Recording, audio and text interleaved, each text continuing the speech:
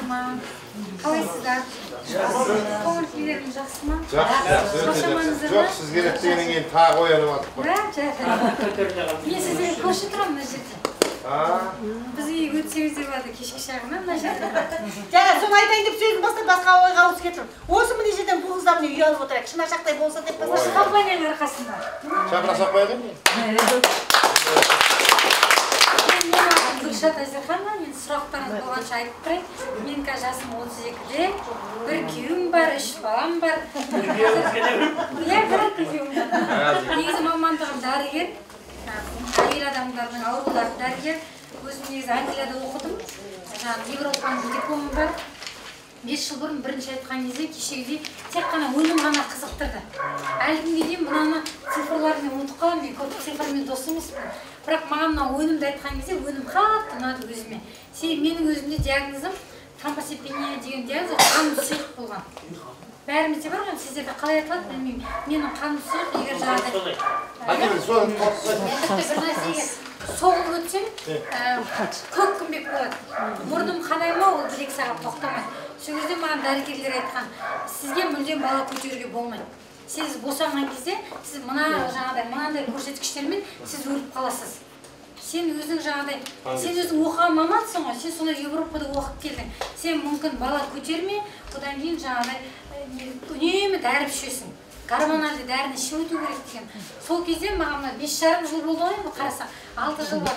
Осы өнімді айтқан кезде мен соны ғана қолданып бастадым. Мынауысты түсінбедім мен. Іше бердім. Біртіндеп қанымның сапасы жақсарып бастады. Бір күнде де өтірік айтпаймын. 3 айдың көлемінде, 4 айда, 6 айда біз есепті тұрғаннан кейін әрбір ай сайын тапсырамыз ғой. Сол кезде әрбір ай сайын қан тапсырған кезде өзім көріп отырдым. Бір соңғы мынандай, бір қанның соңғы шегімен жоғарғы мөлшері болады ғой өзіңе. Қалыптың соңғы төменгі мөлшеріне келген кезде мен жаңа бірінші баламды көтердім. Енді арасы 1 жастан соңғысы 9 айлық. Енді 3 балам бар, қазір Алла бере салған. Қаныңыз қаншаға шейін түсті? 50-ге дейін түсті жаңа. Ол мына тромбоцит дейтін бар, қанды қойылатын нәрсе. Ол 180-нен 320-ға дейін болу керек. Дүниежүзі бойынша қалыпты жағдай. Менікі 50 болған. Иә. Қайсыны бастап қолдандыңыз? Міне мен сіздерге айтайын. Бірінші. Виратрол мен мультивитамин. Екеуін ғана, басқа спрейді қолданған жоқ. Мен жаңағыдай жүкті боламын деген ешқандай ой болған жоқ. Қанымды дұрыстау керек. Даже бала көтермесем де мен қаным дұрыс болсын. Сол ғана. Үнемі әлсіздік болатын. Осы ғана 2 түрлі спрей менің жаңағы өмірімді қазір өзгертіп отыр. Одан кейін мен кішкене көтерілгеннен кейін 50 болды, 60, 70, 80, 100-ге келгенде мен аяғым ауыр болды. Сол кезде мен әрбір балаларға жаңағыдай қан ауруымен бар ғой, қатерлі ісігі бар ғой, қанның, сол балаларға да біз тіпті ораза кезінде тегін беріп бастадық. Тіпті жаңағыдай осы компанияда маған бір қатты өзіме көңіліме қоншитынды, дәрігер болып мен қазір қарасам 9 жыл жұмыс істеппін, қазір енді декреттік демалыстан ғой. Сол кезде осы компанияның бір ғана жалақысына күйеуім екеуміз Мекке Мәдинаға бардық та. Сол кезде қарасам, құлшылық жасауға, себебі біз Алла тағала осынша үйде берді, дүниемде берді. Сол кезде бірінші баламыз да болды. Біз енді Наудырға рахметіміз шексіз, Ерлан аға рахметіміз шексіз. Бірақ оның ар жағында тұрған Алла тағаланы әрдайым ұмытпау керек деп, сол кезде сосын Мекке Мәдина көрген кезде мен компанияға одан сайын жұмыс істегім келді. Сен мен ойладым, менің ата-анам бармады, ата-бабам бармаған, туысқаным бармаған. Сен оның бәрі біздің Қазақстанда үлкен қаражат. Бір елге барамыз, ол елді тоқтап тұрамыз, одан кейін бар Меккеге, одан кейін Мединеға барамыз, одан кейін қайтамыз. Ол жерде қонақ үйім бар, тамағым бар, беретін садақа бар. Соны қарасам, осы компания тек қана менің мына қалтаны ғана көтеріп жатқан жоқ, рухани жағдайымды да көтерді.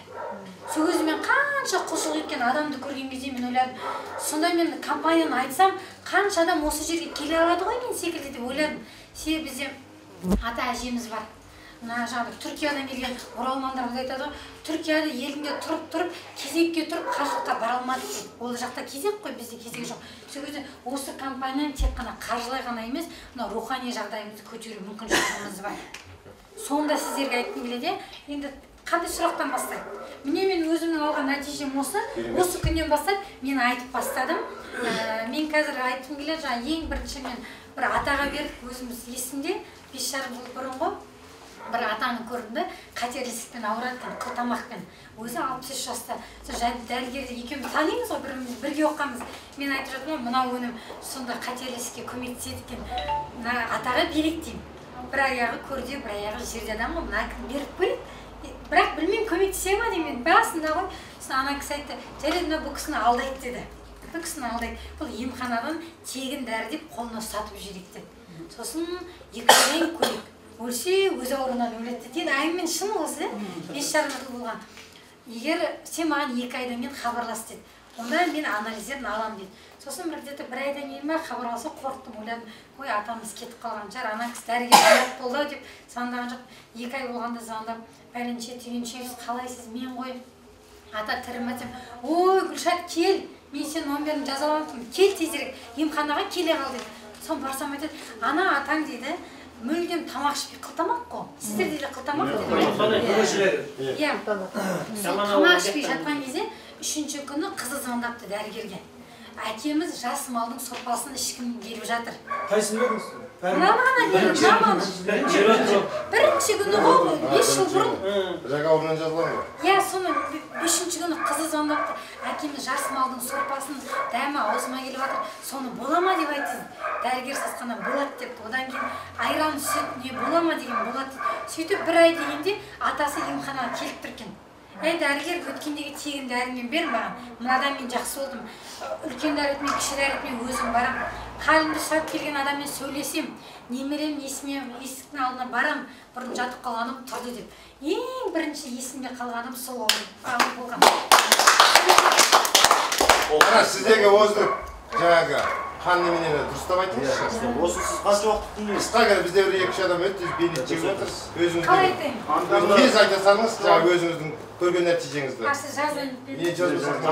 Жаңағын түсіндік қоя, бір ғана өнімнен адам алды. Сол күннен бастап мен ойладым, мынандай бүгін ертең қайтыс болады деп отырған адамдарға беретін болсақ, онда барлық адамға беріп болады екен. Әйел адамдарда әсіресе сүт безінің қатерлісігі өте жақсы кетеді. 500-ден аса әйел адам бізге келді. Гүлшат, менікі жазылды деді. Тіпті соның ішіне менің өзім мұғалимам болған, ұстазымен өзімнің. Сон бір сүт безін алып тастаған. Осы жыл мен мектепке омырауын алып тастады. Осы жыл мен омырауымды алып тастады. Мен осы жыл сабаққа бара алмаймын, Гүлшат, осыны болып қалды деген кезде, ұстазым ол осыны тегін ақ беріп кеттім. Сіз осыны қолдана беріңіз. Бір ғана тал.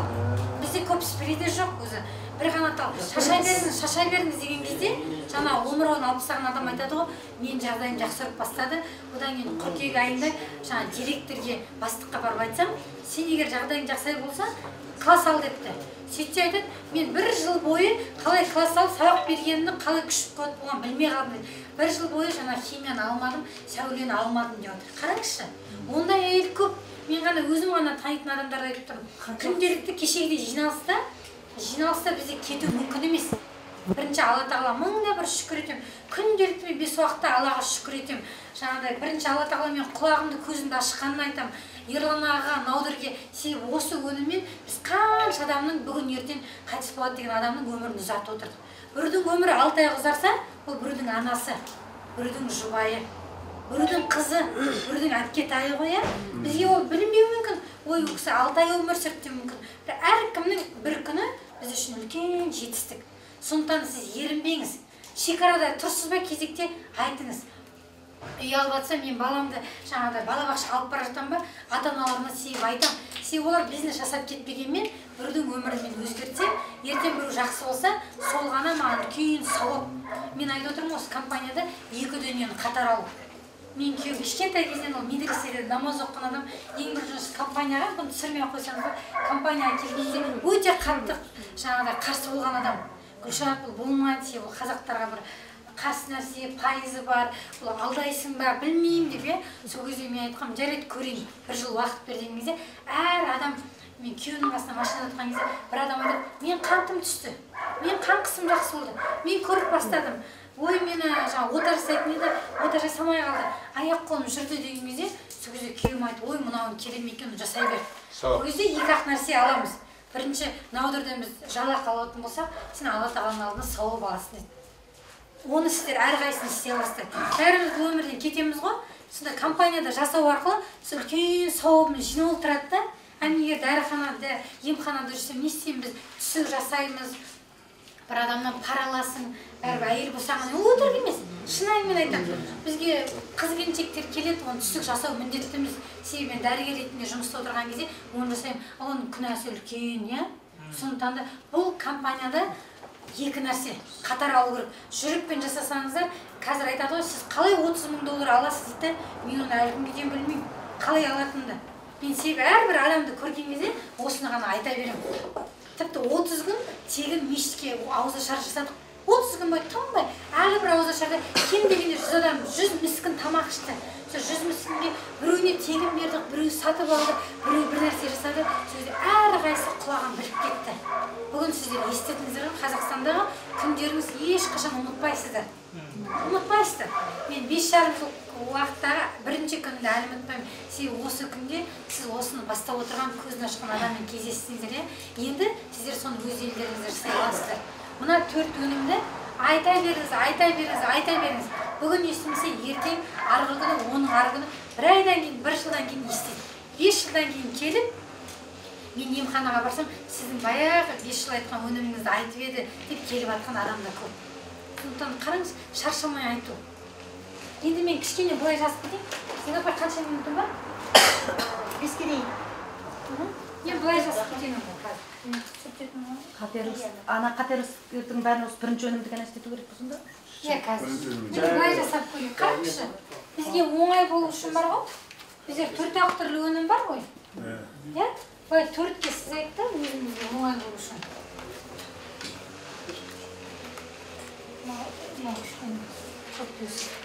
Мынау ресвератрол, иә? Мынау мультиди, иә, ағылшынша түсінеміз ғой. Былай болсын. Мен былай да жазамын. Көмектесейінші. Өйді мына бұл кістерде бірінші өнім, мына вератрол. Мен былай сіздерге жаза аламын, мен жаза беремін. Жоқ, екінші сілимді жаз. Сіздерде жасыл екінші ғой. Екінші сілим. Былай ма? Үшінші мульти. Vitamin. Vitamin. Мульти ма? Төртінші өнім виталити.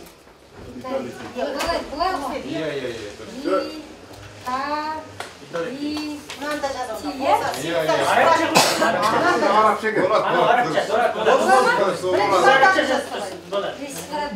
Білім деген осы. Міне осы жазылған. Мен өзім ұмытқанмын қайсын жазған. Мен күйеумен араб тілі маманы, соны маған үйде отырған кезде біз некелескен кезде сен не сұрайсың дегенде сенің медреседе бүкіл біліміңді өмір бойы маған айтып деген мағынада сенің шубаң, сен бриллиантың керек емес деп. Себебі біз енді бәрібір ақиретке бару керекпіз ғой, кездесу керекпіз. Сол кезде ең бірінші үйреткен маған сол араб тіліне әліпбиге болатын енді 10 жыл бұрын ғой енді. Былай келсек, бірінші жүрек аурулар. Соны түсінеміз, иә? Жүрек ауруында біз нені береміз? Ресвератролды береміз, туа пайда болған жүрек ауруы, жүре пайда болған жүрек аурулар, иә? Қан қысымы жоғары адамдарға жүрегіне байланысты, жүрегінде жүктемесі бар, жүрегін шаншеттен сол адамдарға белгі болады. Барлығын ресвератролдан бастаймыз. Сосын жүрек ара қалқаншасына. Клапандар ма? Клапандардың емес, иә. Клапандардың көбіктенуі, өлектенуі болады.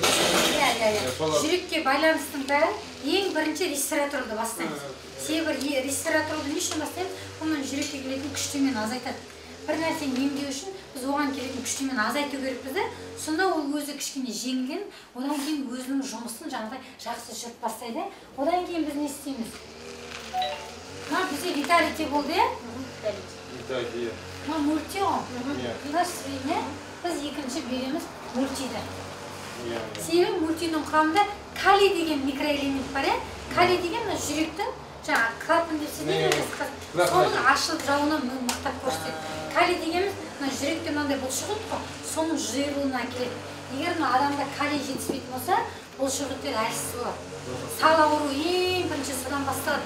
Аяқ қолым тұрғанда ауырады, отырғанда ауырады деймін ғой. Себебі кішкентай ғана сіздерде де калий ғой, калий жетіспейді. Түсіндіге жүрекке қатыстының бәрін осылай береді. Енді екінші билай сөйлесек, қант диабеті. Қант ауру. Сусамыр ауру дейді ғой сізде? Иә, дұрыс айтасыз. Сусамыр ғой негізі? Иә, сусамырға мынау не мынаны береміз. Бірақ сразу айтайын, мен бірақ жаңағы санын үйретуді ұмытып қалыппын. 12 ай береміз. Сусамыр ауруының бірінші түрінде де, екінші түрінде де 12 ай тоқтатпай беріңіздер. Сол кезде сіз ол кісінің көзіне қарап айтасыз, міне сенің сусамырың кетті деп. 1 ай ішеді, 2 ай ішеді. Одан кейін тағы бір үлкен ереже бастаған кезде сіздер мынаны бір-бірлеп ешқашан сатпаңыздар. Былай жасаңыздаршы, бізде 6 жыл болды ғой. Мынаны топырлатып, кем дегенде 16-сын беріңіздер. 16-сын, е? Біздің қазақ мынандай алып аламыз ғой. Бірінші айдан кейін екіншісін ішкісі келмейді. Бірақ 16-сын қалтасын шығарып қаражатын алып алса, ананы қайтты, обал болдай мынаны ішіп тастайын дейді. Мен бір әжем болған, бар енді әлі болған жоқ. Сонан үкіметтің дәрілерін әкеп қоямыз ғой. 2-3 ойын ішкеннен кейін жақсы болады ғой. Мына обал болды ғой, барлығын ішіп тастайын дейді. Әже ішпеңіз, сіз ауырмайсыз ғой десем, жоқ, мына 40 ақшаға келді. Қараңызшы, сондықтан 16-сын сатып жіберіңіз. Ол кісі ішкеннен кейін 16-сын бітірем деп жүреді. 16-сын бітірсе, міндетті түрде нәтиже алады. Қараңыздаршы, бір-бірлеп, біреуін сатсаңыз, екінші айда айтады, қой керек емес дейді. Осы қанша қаражат шығарам дейді. Енді келесі ауру нені айтамыз біз? Көз аурулары. Көз ауруларында бірінші респираторда тілдің астына шашамыз, одан кейін көзге 3 тамшы тамызамыз. Күніне 1 реттен 3 тамшы. Одан кейін көп адамдар айтады, мынаны басқа бір құтыға құям дейді. Басқа құтыға құюға болмайды. Себебі бұның сыртында герметик дейді, білмеймін, қалай болады сіздердің. Мына қоңыр нәрсе бар ғой? Бөтелке. Иә, қоңыр бөтелке. Күннен түссе де, мына респиратордың құрамын жоғалтпайды. Бұл машинада қыста қалып қалса да, өзінің құрамын жоғалтпайды. Сондықтан бұны анда-мында құюға болмайды. Анда-мында құйсаңыз, сіздің нәтижеңізде аз болады. Осы құтыны ашып жіберіңіздер, жаңағыдай күніне 1 реттен 3 тамшы жаңағыдай адам құйғаны жақсы. Содан кейін бұны тілдің астына көзге дедік. Одан кейін мультивитаминді міндетті түрде береміз. Көз ауруына. Одан кейін құлақ аурулары. Құлақтың естімеуінде бізде респираторол, мультивитамин, виталитиді береміз. Көбіне виталитиді дәлелденген саңырауқта, иә? Міне. Төртінші. Әйел ауруларында көбіне беріп жүріп қой. Сол өнімді құлақтың бүкіл ауруларында береміз. Одан кейін құлақта ірің ағатын болса, бұл кезде тамызамыз. Себебі не үшін? Бұның құпиясы неде? Бұны сіз тамызған кезде бұл респираторға барады. Ана жерде іріңнің барлығын біріншіден жуып шайып сыртқа шығарады. Екіншіден қабының үрдісті басады. Үшіншіден мына ішкі құлақ, сыртқы құлақ, ортан құлақтың ішкі құлағымыз бар ғой. Соның барлығын есту жаңағыдай орталығын барлығын тазалап шығады, каналдардың барлығын. Маны міндетті түрде беріңізші. Осылай үшеуін қатар өте жақсы, тіпті 1 аптаның көлемінде нәтиже алады. Екінші Шашама құлақтың ішіне бар. Тамызасыз. Әрі іше ме? Жоқ, ішпейді. Ішеді, тамызамыз. Енді аяқ қолдың қақсаған дейікші, аяқ қол жасамай алған, ол артрит, артроз болуы мүмкін, ревматизм деген ауру болады. Одан кейін қандай аурулар бар? Шершеу. Иә. Одан кейін мына сүйектер, майсалар. Бірінші, екінші, үшінші. Үшеуін қатар береміз, ә? Мынау не үшін беректі түсінікті ма? Респираторлы ішкен кезде, мына 2 буынның арасы бар ғой. Міне бұлай 1 буын келеді. Одан кейін, например, аяқ болса екінші буын келеді. Осы 2 аяғының арасында бізде сұйықтық бар ғой. Буын арасы сұйықтығы. Мынаны ішкен кезде буын арасы сұйықтығы қалпына келтіреді. Себебі адамның көбісі айтады, не үшін ол мен респираторлы ішемін? Көбісі адам жасы ұлғайған сайын буын арасы сұйықтық азайып та 2 сүйектің қажаулы байқалады. Содан адамның ауру сезім пайда болады. Мынаны ішкен кезде буын сұйықтығы біртіндеп толып бастайды. Сосын жан-жағына қабының үрдісі азаяды. Одан кейін бұны ішкен кезде мына сүйектің әрбір жыл сайын былай қарашы, қазір кетірме, мынандай сүйек десеңіз, мына жыл сайын мына сүйектен дәрумендер кетіп бастайды, сүйегіміз біздің тесік-тесік болады. Осы деп бару дейміз, не дейсіз? Сүйегі салаңдашу дейді. сүйектің ана кемір салаңдасың. Қыста далада тұрып қалса не үшін мортысына себебіне Кальций төмендеп кеткен. төмендеп кетеді кальций. Респиратор соның бәрін қамтып не бар. Мына жыртықтарын былай айтқан кезде жамап тастайды. Мынау өте керемет өнім. Міне біріншісі міне қазір кетіремін мынаны сіздерге. Түсіндік иә? Үшінші өнімдер Иә, бірінші, екінші, үшінші. Себебі ертең сіздерде адамдар сұрап қалады ғой. Мынаның ішінде не болады енді маған айтшы дегенде, осыны салып жіберіңізші. Енді келесі не айтамыз тағы да? Біз айтамыз ісік аурулары. Қатерлі ісік аурулары, қатерсіз ісік дегенде бар иә? Бұл қандікі, сүйектікі, бұлшығы көп қой. Оның барлығына біз береміз. Осылай береміз. Енді былай жасаймыз. Әйел аурулары. Әйел ауруларында қарасаңыздар бедеулік. Жаңағыдай бірінші мүлде бала көтере алмаған адамдар бар. Бала ала алмаған жағдай. Құрсақ көтермейтін адамдар, оларға біз береміз, 4-еуін толығымен береміз. Енді бұл жерде айта кетейін, мыналар түсініп тұр. Мына респираторол әйел адамдарды жатырдың қан айналымын жақсартады. Бала бітетін орнын қан айналымын жақсартады. Егер мысалы мына әйел адам жатыр десек, ол жерде мына кесті, мына ісік, не дейміз сіздердің тілдеріңізше? Өспелер болады ғой, қатерлі өспелер болады. Сол өспелерге барады да ең бірінші оларға келетін қан тамырлар жауып істейді. Қан тамыр жауып істейді. Қан тамыр жауып істегеннен ол өспе өсе алмай қалады. Одан кейін бұған атака берді, біртіндеп көлемін кішірейіп мүлдем жоқ қылып жүреді. Әйел ауруларында кем дегенде 3 ай. 3 айдан ары қарай 4 ай, 5 ай, 6 ай. Себебі әйел адамның өзінің қаны 3 ай сайын жатырды толығымен ішкі қабат өзгеріп тұрады. Сіз 1 айда ешқандай нәтиже алмайсыз, ол өтірік болады. 2 айда алмайсыз, 3 айда алмайсыз. 4-ші айдан бастап себеп аласыздар. Себебі ол мына физиологиялық тұрғыда бар ғой. Табиғатымен сәйкес уже бірге бірігіп кетеді. Оны түсіндік, иә? Виталитеттің бір қасиеті. Енді ана бауырлардың бітелуі бар ғой. Бала көтерген бар ғой. Мынау бауы бар, иә? Әйел адам бауының бітелуіне көбіне қабынулық үрдісі болады. Қабыну үрдісінен екеуі жабысып қалады ғой. Қараңыз, гератолон, виталитет өте жақсы. Қалай көмектеседі? Мына инфекцияға отырған. Не дейді? Дозасын арттыруға бола ма? Төбекеден кейін. Арттырып. 4-ші өнімнің дозасын арттыруға бола ма? Көбірек тұтынуға бола ма? Солай тұтына беріңіз. Солақ сізге көмектеседі. Қалған оның бәрібір асқазанын кетіп қалады. Зая кетіп қалады. Енді қараңыз, мынау респиратор мынаны барған кезде мына жерге қанмен түседі ғой. Күре тамырмен барады да, жатырға барады да, мына жерге барған кезде біртіндеп өзегін ашып бастайды. Одан кейін әйел адамдарға бедеулікке берген кезде ер адамға міндетті түрде қасына қосып беріңіз. Себебі суретін сала берейін, бәріміз дәрігеріміз ғой. Ер адамның ұрығының бірінші жылдамдығын арттырады. Себебі 30-дан кейін әрбір ер адамның ұрығының жылдамдығы бәсеңдейді. Егер ол бәсеңдесе, ол мынаны неге дейін бармайды ғой. Не дейді мына қан? Каналға. Жатырдың каналына дейін бармайды. Одан кейін сапасын арттырады. Сосын одан кейін бар, бізде санын арттырады, мөлшерін. Мөлшерін арттырады. 3 ер адамның ұрығында виталитет деген өнім, 4-ші өнім 3 жағдайда көмектеседі. Қабынулық үрдісті алады. Одан кеше айтып отқан үлкен адамдарда, аталарымызда кіші дәрікке жиі бар адамдар бар, соларға бергенде қабыну үрдісі азаяды, қоқпесі аз, сол кезде ол кіші дәретін ұзақ ұстай алатын қабілетке бар. Қараңыздаршы, ары қарай несі бұның құдіреті не дегенде осы болады. Енді мынада немене әперіс кесте қалады ғой. Сонда пышақ тиіп кетеді екен көбінде. Кейбір адамдардың жаңа құм жолдарына. Сондан ашыла ма жоқ? Жоқ, соған кетті ме? Жоқ, тиіп кеткенде оны бітеп ұстай ма? Жоқ, көбінде әперіс келді пышақ тиіп кеткен жағдайлар болады. Жоқ, ол кездерге көмектесе береді. Бізде мынандай жағдай болған 5 жылдың ішінде, бірақ бір ер адам, мен сол жақсы есімде сақталды, жаңағыдай жатырының жылдамдығы мен сапасы 0-ге тең. Бізде жасанды ұрықтану деген бар, иә?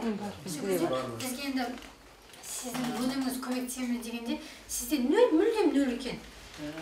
Сосын балам жоқ дейді, онда сіз жасанды ұрықтануға барыңыз. Ол жерде жаңағыдай енді ұрықты сатып алып не қылады ғой, ұрықтандырады. Сол кезде айтқан кезде жоқ, маған өзім балам керек. Басқа еркектің баласын жаңағыдай әйелі сауалдар алмайды. Менің қанша уақытым бар деді. Біз айттық, енді 6 айда енді күтіп көр. Бірақ сен енді бала болып кете алмайтын шығарсың, білмейміз деді. Сен өте қиын ғой 0-ден төмен түсіру. Сол кезде, 0-ден көтеру. Сол кезде 3 айдың ішінде 30%-ға жоғарылады. 30%-ға жоғарылады. Ол кісі мына Батыс Қазақстандық болған. Одан кейін келіп айтты, Гүлшат, сендерге рахмет, мен жасанды ұрықтандыруға бара жатырмын, бірақ мен өзімнің ұрығымды алады. Қараңызшы, бұрын тіпті жасанды ұрықтануда өзінде ұрығын жарамсыз еді ғой, нөлет. Басқа еркектікін алу керек. Қараңызшы, бір ғана деталіде бір адамның өмірін қалай өзгертті. Осы өнім болмағанда, ол басқа еркектің баласын асырайтын еді ғой. Неше проценттен жоғары бала болуға 30-ға барды. Жоқ, енді әдет бала болу мүмкіндігі 55-тен жоғары. 55-тен 100-ге дейін, 100 жоқ қазір, 55-тен жоғары бала біту қабілеті бар. А 30 ол бала жоқ, оны жасанды ұрыққа дейін апарамыз. Қараңыздаршы, бір виталити бір ұрпақтың өмірін өзгертті ғой. Өзгертті ма? Төртінші өнім. Мен сұрай береген білетін. Енді өкпеге түсейік. Теріге түсейік. Қатарына да айтып теріге түсейік. ретімен айтсын. Теріге түсейік. Тері ауруларында былай береміз, енді бірақ мен сізге кішкене айтып кетейін, неге тері ауруларына былай береміз. Ең бірінші, тері ауруларының бір ғана себебі бар, жүйкенің күйзелісі ғой. Оның дүние жүзінде зерттеліп отыр, көбіне жүйке күйзелісте, үнемі күйзелісте жүрген адамдар, ол жаңағыдай гормондары қанға шығады, теріге шығып кетеді. Сондықтан тері ауру пайда болады. Сондықтан бірінші сыртына қанша жақпамай жағыңыз, ол кетпейді. Ең бірінші біз орталық жүйке жүйесін үйреттеу керек. Бірінші өнімді, сөйтіп айтайын, бірінші өнім мен екінші өнімді, төртінші өнімді берген кезде жүйке тынышталады. Ең бірінші құпиясы сол. Мен сыртына жағайын деп көп адам қоймайды. Дәрігер сыртына жағайыншы, әдемі болайыншы болмайды. Жүйкені ең бірінші тынышталу керекпіз. Екінші, адамның ұйқысын тынышталды. Адам қалай ұйқысы тынышталып, күн мен түнді айырады, сол кезде бүкіл орталықтар жақсы жұмыс істеп бастайды. Мына екі өнім соған көмектеседі. Енді мына екінші өнім неге көмектеседі? Бұл қараңызшы, ішкі органдардың, мүшелердің барлығын тазалап шығады. Себебі мына теріге шығу үшін ол мидағы нәрсе, ол бүкіл мүшелердің бәрі бүлдіріп барып теріге шығып, соның барлығын тазалайды. Ал мынау дегеніміз, потом бірінші өнімді айтқым келеді, тері ауру кезінде алапис деген ауру бар, алапис кезінде бауырда, бүйрек үстінде теріні бояйтын фермент жоғалып кетеді, азайып кетеді.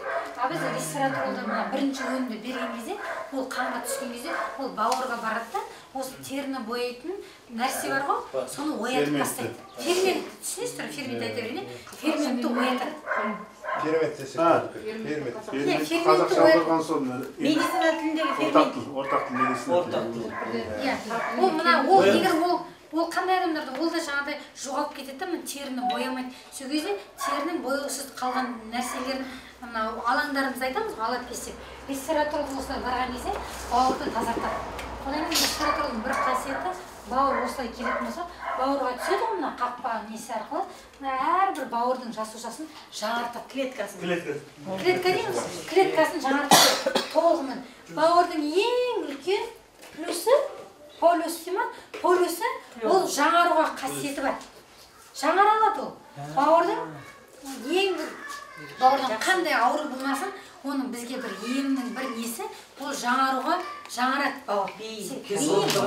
Мына жерде топ тұр ғой, одан миллиард клетка бар. Қараңызшы, миллиард клетка бар ғой. Біз ресвераторды беріп бастағанымызда, ресвератор жазып тұр, гепатоклетка түрінде орысша жазып тұр ғой, бауырдың клеткаларын жаңартады. Жаңағы ауруға шалдықпаған, гепатитке шалдықпаған, тері ауруларын өндіруге бұзылмаған жаңа клеткалар болып бастайды. Ол мына ауру клеткаларының орнын басады.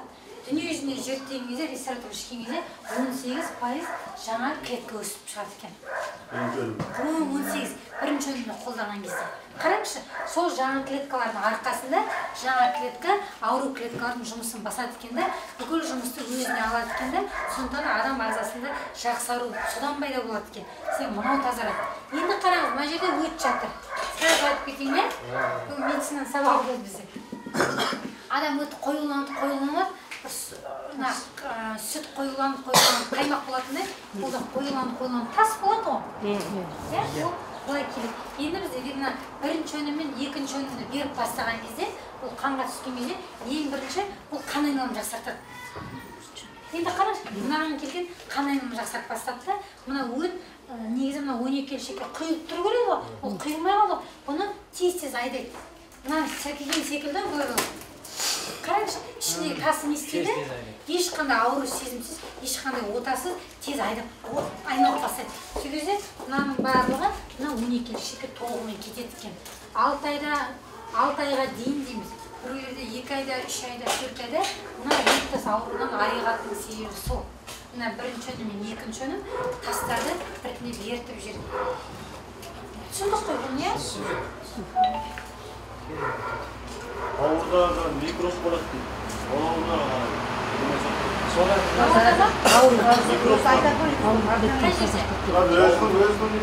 ең соңғы сұрақшы. Артынан сұрамдар қажет. Енді өкпе ауруына келген. Адамның басы. Енді өкпе ауруларында ең бірінші біз бірінші өнімді береміз, екінші, үшінші өнімді береміз. Үшін береміз. Өкпе екі орган ғой. Қарасаңыздар, бұл жерде қабыну болады. Өкпедегі жасушалардың барлығы, мына өнім қабынуды басқан кезде клетка дейді. Клетка дейді. Кірсем қазақша кетіп қалдым. Клетка қабынуды басқан кезде клетка ашылып жабылу қабілет жақсартады. Одан кейін тыныс алуды жақсартады. Одан кейін мына бронх бар ғой.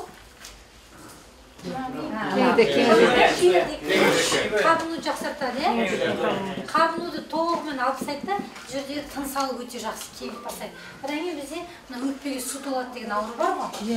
Оған біз бердік. Өкпеге су толып бастайды. Ол не? Қабынулық су ғой. Адам үнемі ауырып жөтелген кезде сол жерге су жиналады, ол қабынады. Осы кезде тіпті ең соңында адам тыныс алып, тыныс шығарудың өзі жұмысқа келеді, қатты қиналады ғой. Сол кезде не істейді? Мына өнім қабынуды басқан кезде сұйықтық біртіндеп көлемі азайып кетеді. Өкпе ауруында осы үшеуін міндетті түрде бере беріңіздер. Енді мына өнімді біз береміз, қазір бұл жаңа айтып өткен, бұның құрамында сибирский женьшень деген бар. Не дейміз оны? Ол сөйтіп айта бересіз? Женьшень деген алтын тамыры бір түрі ғой. Екі тамыры бар. Екі тамыры. Сибирский деген дымби мергиясы деген. Сол бар ғой. Сол адамның қан қысымын көтереді. Егер бірақ 150-ден миллиметр сынап бағанасында адамның қан қысымы жоғары болатын болса, онда мына төртінші өнімді кішкене бермегеніміз абзал. Қан басым. Бірінші мен екінші өнімді беріп, жаңағыдай қан реттеп аламыз. Одан кейін қалай қаны 120-ға келеді, содан кейін төртінші өнімді қоса берсек болады. Қалпына келгеннен кейін, қалпына келгеннен. Мүлдем беруге болмайды нәрсе жоқ, қалпына келтіріп алайық, одан кейін ол адамды қабылдауға жаңағыдай болады. Одан әңгі өкпеде тесік бар дейді, сондай мақтасы қандай? Туберкулез ғой. Бізде Зинат апай алмайды, Зинат апай куә, бізде екі мынандай не бар. Сурет дейді, Рәсім. Екі рәсім бар. Екі рәсім бар. Біреу жаңағы өкпенің миллиардны туберкулезі, тіпті мына нелер тесіп тастаған түрі, екіншісі сау өкпенің түрі. Екеу бір адамдікі 6 айдан кейінгі рәсімі. Одан кейін жаңағы туберкулез дейміз ғой. Құрт ауруы ғой, құрт ауруы. Ахмет Байтұрсыновтың ауруы, бұл айтқан кезде, сол кісіге біз береміз бірінші, екінші, үшінші, төртінші толығымен өкпенің құрт ауруында. Себебі неге? Құрт ауру кезінде адамның дене салмағы төмендеп кетеді ғой. Мына мультиді үшінші өнімді берген кезде, құрамында нәрөз бар дедік қой, ол салмақ жинап бастайды. Одан кейін тершеңдеп кетеді. Одан кейін жаңағы тәбеті артады, тамақ жеп бастайды. Организм сақаяды. Организмді қатайтады, мықтылап өте жақсы. Бұл мына жаңағы төртінші өнімнің құрамында сол құртқа қарсы шөптер бар. Кішкене одан болсын. кішкене бала болса да береміз. Құрт ауруына беріңіздер. 4-ші анада тұрған басында тұрған Мынаны беріңіздер құрт ауруы кезінде. Туберкулез ғой. Иә, туберкулез ғой. Туберкулез дұрыс. Ана, 1-2-4 деп айтсақ, сұрақ бұл жерде 12 жасқа дейінгі балаға тыңдаңыздар. 12 жасқа дейінгі балаға беруге болмайды. Егер оны қандай жағдайда береміз? Бізде медицинада мынандай ұғым бар, емдеумен адамға зиян келтіріп кетпеуге. Егер біз тек қана жай ғана қарапайым тыныштық уақытында оны 4-ші өнімді бермегеніміз абзал, иә? Бірақ ол жерде құрамын бетіп ашып қарасақ, бір аса бір қауіп төндіретін ештеңе де жоқ. Біз айтамыз, ол жүкті әйелдерде бала емізетін адамдарға бермеңіз деп. Себебі ол әйелдерде жаңа балаға байланысты басқа қан айналым болады, ол жерде шыққан айналым болады. Одан кейін ол жерде басқа гормон түзіледі. Сондықтан да сіздер бала ауыратын жағдайда оны міндетті түрде бере бересіздер. Баланы ала бесі болса да бұны бересіздер. Ол балаға сізге ешқандай әсер бермейді. Тілдің астына шешеміз. Иә, тілдің астына. Тілдің астына ол 4-ін міндетті түрде бере береміз. Жаңағыдай жағдайда. Жаңа 4-ші Түсінікті болды. 4-ші өнімнің Мына ана 5 болған баладарға біз 4-ші бермейміз. Береміз. Айта ғой. жаңағы ана 4-ші өнім өкпенің жаңа туберкулезге қарсы, құрт ауруына қарсы қандай немес, қандай бір күші бар дедіңіз? Оның құрамында яхимба деген шөп бар да, тамыры бар ғой, соны адам ағзасына түскен кезде құртқа бар, құртты өлтіреді бұлай, қазақша жалпақ тілмен айтамыз. Сондықтан адам құрт ауруынан жаңағыда мүлдем айығатын мүмкіндігі бар. Оның Алматы облысы бар ғой, құрт ауру дәрігерлері бар ғой, бізде арнайы дәрігер, ол мамандар бізбен жұмыс жасайды. Мынандай 2 рәсімдер бар. Ауруға қолданғаннан кейін дегенде рәсімдер бар. Оның барлығы міндетті түрде дәлелденген нәрсе. Ауыз екі сөз емес, міндетті түрде лабораториялық зертханамен дәлелденіп отыр. Сондықтан да құрт ауруына міндетті түрде бере беріңіздер. Жарайды, рахмет. Тағы неге көшеміз? Алып еске сонда ана сыртынан сепіп бола ма? Болмайды. Ол сіз сепсеңіз ол зая кетеді. Ол бармайды ғой, мына жер тұрады, кеугеде де болмаса киіміңізге жағып қалады. Бірінші басты түзеу керекпіз, басты тыныштандырып, одан кейін бауырдың жұмысын жақсарту керек. Жаңағы айтқан міне екеуі ғой. Бұл екеуі қалай өздері жақсарады, 3-4 айда міндетті түрде не болады? Себебі өзінің жұмысын жақсартып сонда тері ауруға 1-2 күн үшін 4-ті бірақ беретін рас. Иә, 1-2-3-4-ті бересіз. Сонда мынау әлгі сырттан басқа ауруларға себу дегенде тек көзбен құлаққа ғана себуге болатын болды. Енді жоқ, тағы бір нәрсе бар, күйікке себеміз. Себебі не? Күйіп қалу дене. Қол күйіп қалды дейміз. Мына бірінші өнімді сепкен кезде қолдың жазылу қабілетін арттырады. Мына тіндер бар ғой, бұлар қазіргі таңда сау тері ғой, бұл ауырған кезде бұл сау теріге дейінгі өзінің жүріп өтетін 120 күні бар ғой. Қайтадан сау болсын, сол күнін қысқартады. Тез болдыртады. Сына қараңызшы, қалпына келтіреді. Бұл жаңағыдай күйіп кезінде әрбір 15 минут шашып отырыңыздар. Бала күйіп қалды ма? Сіздің спонсорыңыз Бақытнұр апайда кезінде күйіп қалған еді. Шетелге шығатын кезде қолын жаңағыдай нан пісіріп жатқан кезде күйіп қалған. Жет нан пісіреміз, шетпен пісіретін кезде. Сол кезде шашқан кезде 15 минут сайын терінің жазылу қабілетін жақсартады. Одан кейін көбіне теріде күйген кезде тері суланып кетеді ғой. Суландыруға бардыртпайды. Үлкен күйікті қайтамыз. Үлкен күйікті болса. Егер ол кеудесі бірақ күйік болған бала. жаңа күйік болса, мұнда шаша беріңіздер. Зияны жоқ қой. Зиян емес, үлкен пайдасы болады. Клетканы жаңалайтын болып тұр ғой. Клетканы жаңалайды. Сосын пайда болып тұр. Регенерация деген түсінесіз бе? Клетканың жазылу қабілетін арттырады. Өміршеңдігін арттырады. Ішіне де сыртына да беретін болады. Клетка ауру, сәл сау болады. Потом сау деп айтамыз ғой, мынаны ішкен кезде бірден мынау деп аттайды, былай айтқан кезде жабай тілмен тез етеді. Сондықтан да бұны жаңа күйіп қалған адамдар тез нәтиже көреді. 2 ай болса дейтін нәрсе айтады, күйгенде. Онда пайда ғой. Ол кезде жаңағыдай тыртықтың қалмауына себеп. Одан кейін бізде көбіне тәжірибемізде жаңа күйіктерде тыртық мүлдем қалмайды. Себебі мына клеткамыз жаңарып кетті ғой. Тыртық қайда қалады? Ұзақ уақыт жазылу кезінде қалып қойды. Дәнекертіні ғой тыртық дегеніміз. Жарақатқа да болады. Гайбаритқа келемеген. Мен тері ауруын білсін. Псориаз жаңағы. Псориазды айттық. Сария деген ана қотыр сыртқа шығып тұрады. мүшені тазаймыз, алапес тазаймыз, одан кейін терідегі мүлде басқа аурулар болады. Темір еткіміз бар, жалақ болады, көбіне жаздың кезінде қыздар жалақ болады. Солардың барлығына осы 4-ін береміз. Содан кейін бір нәрсе бар. Үшінші өнімнің құрамы бар, микроэлементтері. Сол кездер жетіспеген кезде адамда қыз балаларды жалақ пайда болады. Жоқ, жалақ. Анасына жалатсын, анасын жалатқанда кетеді деп армында батамыз, ғой. Сол, мына үшінші өнімнің құрамындағы жалақ деген өз оқсын. Епет түтеленіп тұрады. Жоқ, мына үшті ғана берсеңіздер. Кішкентай қыздар болады, өздері ойнап жүреді. Жалат өріп, бұзауға жалатып жатады, біздер білмейміз сондай. Сөзім кетеді жалақ емес. Талмақ деп айтады, талмақ. Емес. Ауру өте жеңіл. Ол тері ауруына жатпайды. Ол мына сыртқы көрініс ғой. Анда-мында шығады.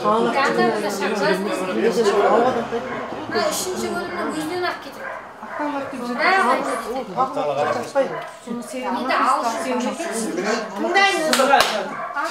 Енді Жалақ дегеніміз тері ағара ма қалай? сәл-пәл ағарып Ақтармақ болды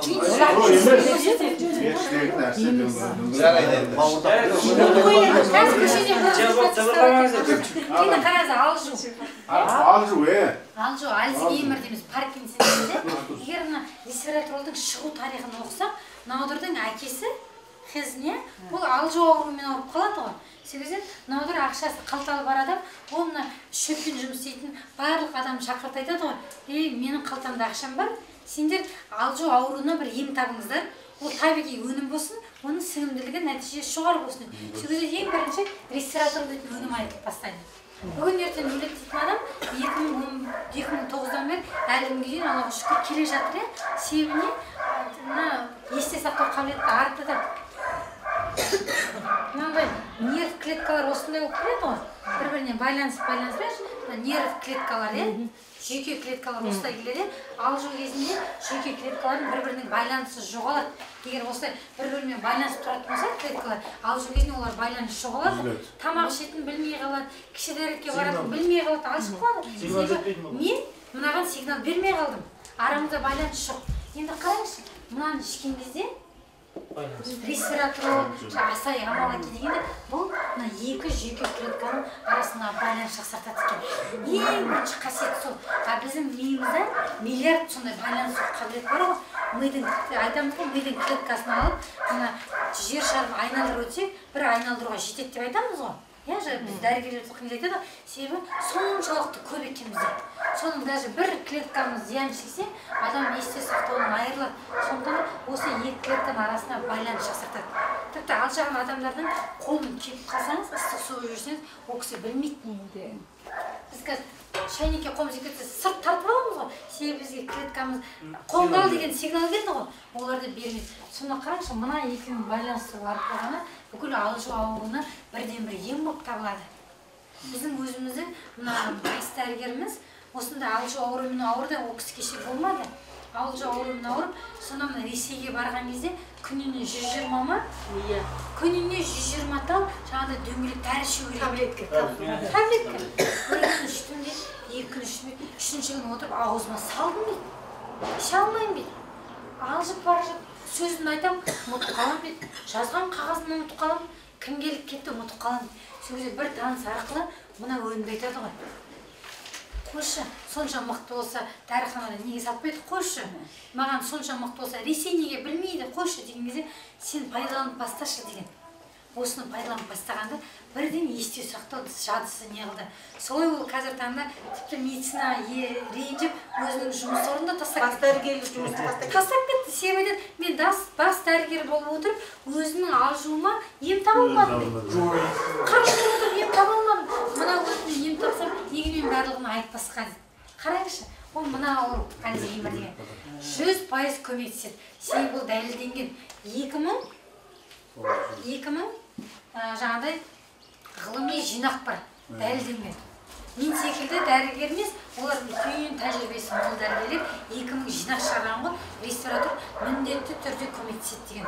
Бас жарақатына, тіпті бізде мынандай жағдайлар болды, үлкен 35-40-тағы күшті бар ер адамдар жол апатынан түскен кезде омыртқаларына, бел омыртқаларына не қылып, зардап шеккенде жатып қалған. Кішкентай бала секілді жатыр. Аяқ қол болыс, дәреті де сол жерде, тамағы да сол жерде жатқан. Сау болып қалды ғой. Сау бала адамдарға беріп тастады. Бізге байқалмайды. Сол кезде барған кезде айтады, қолы біртіндеп жаңа қасығын ұстап қалды бір күні.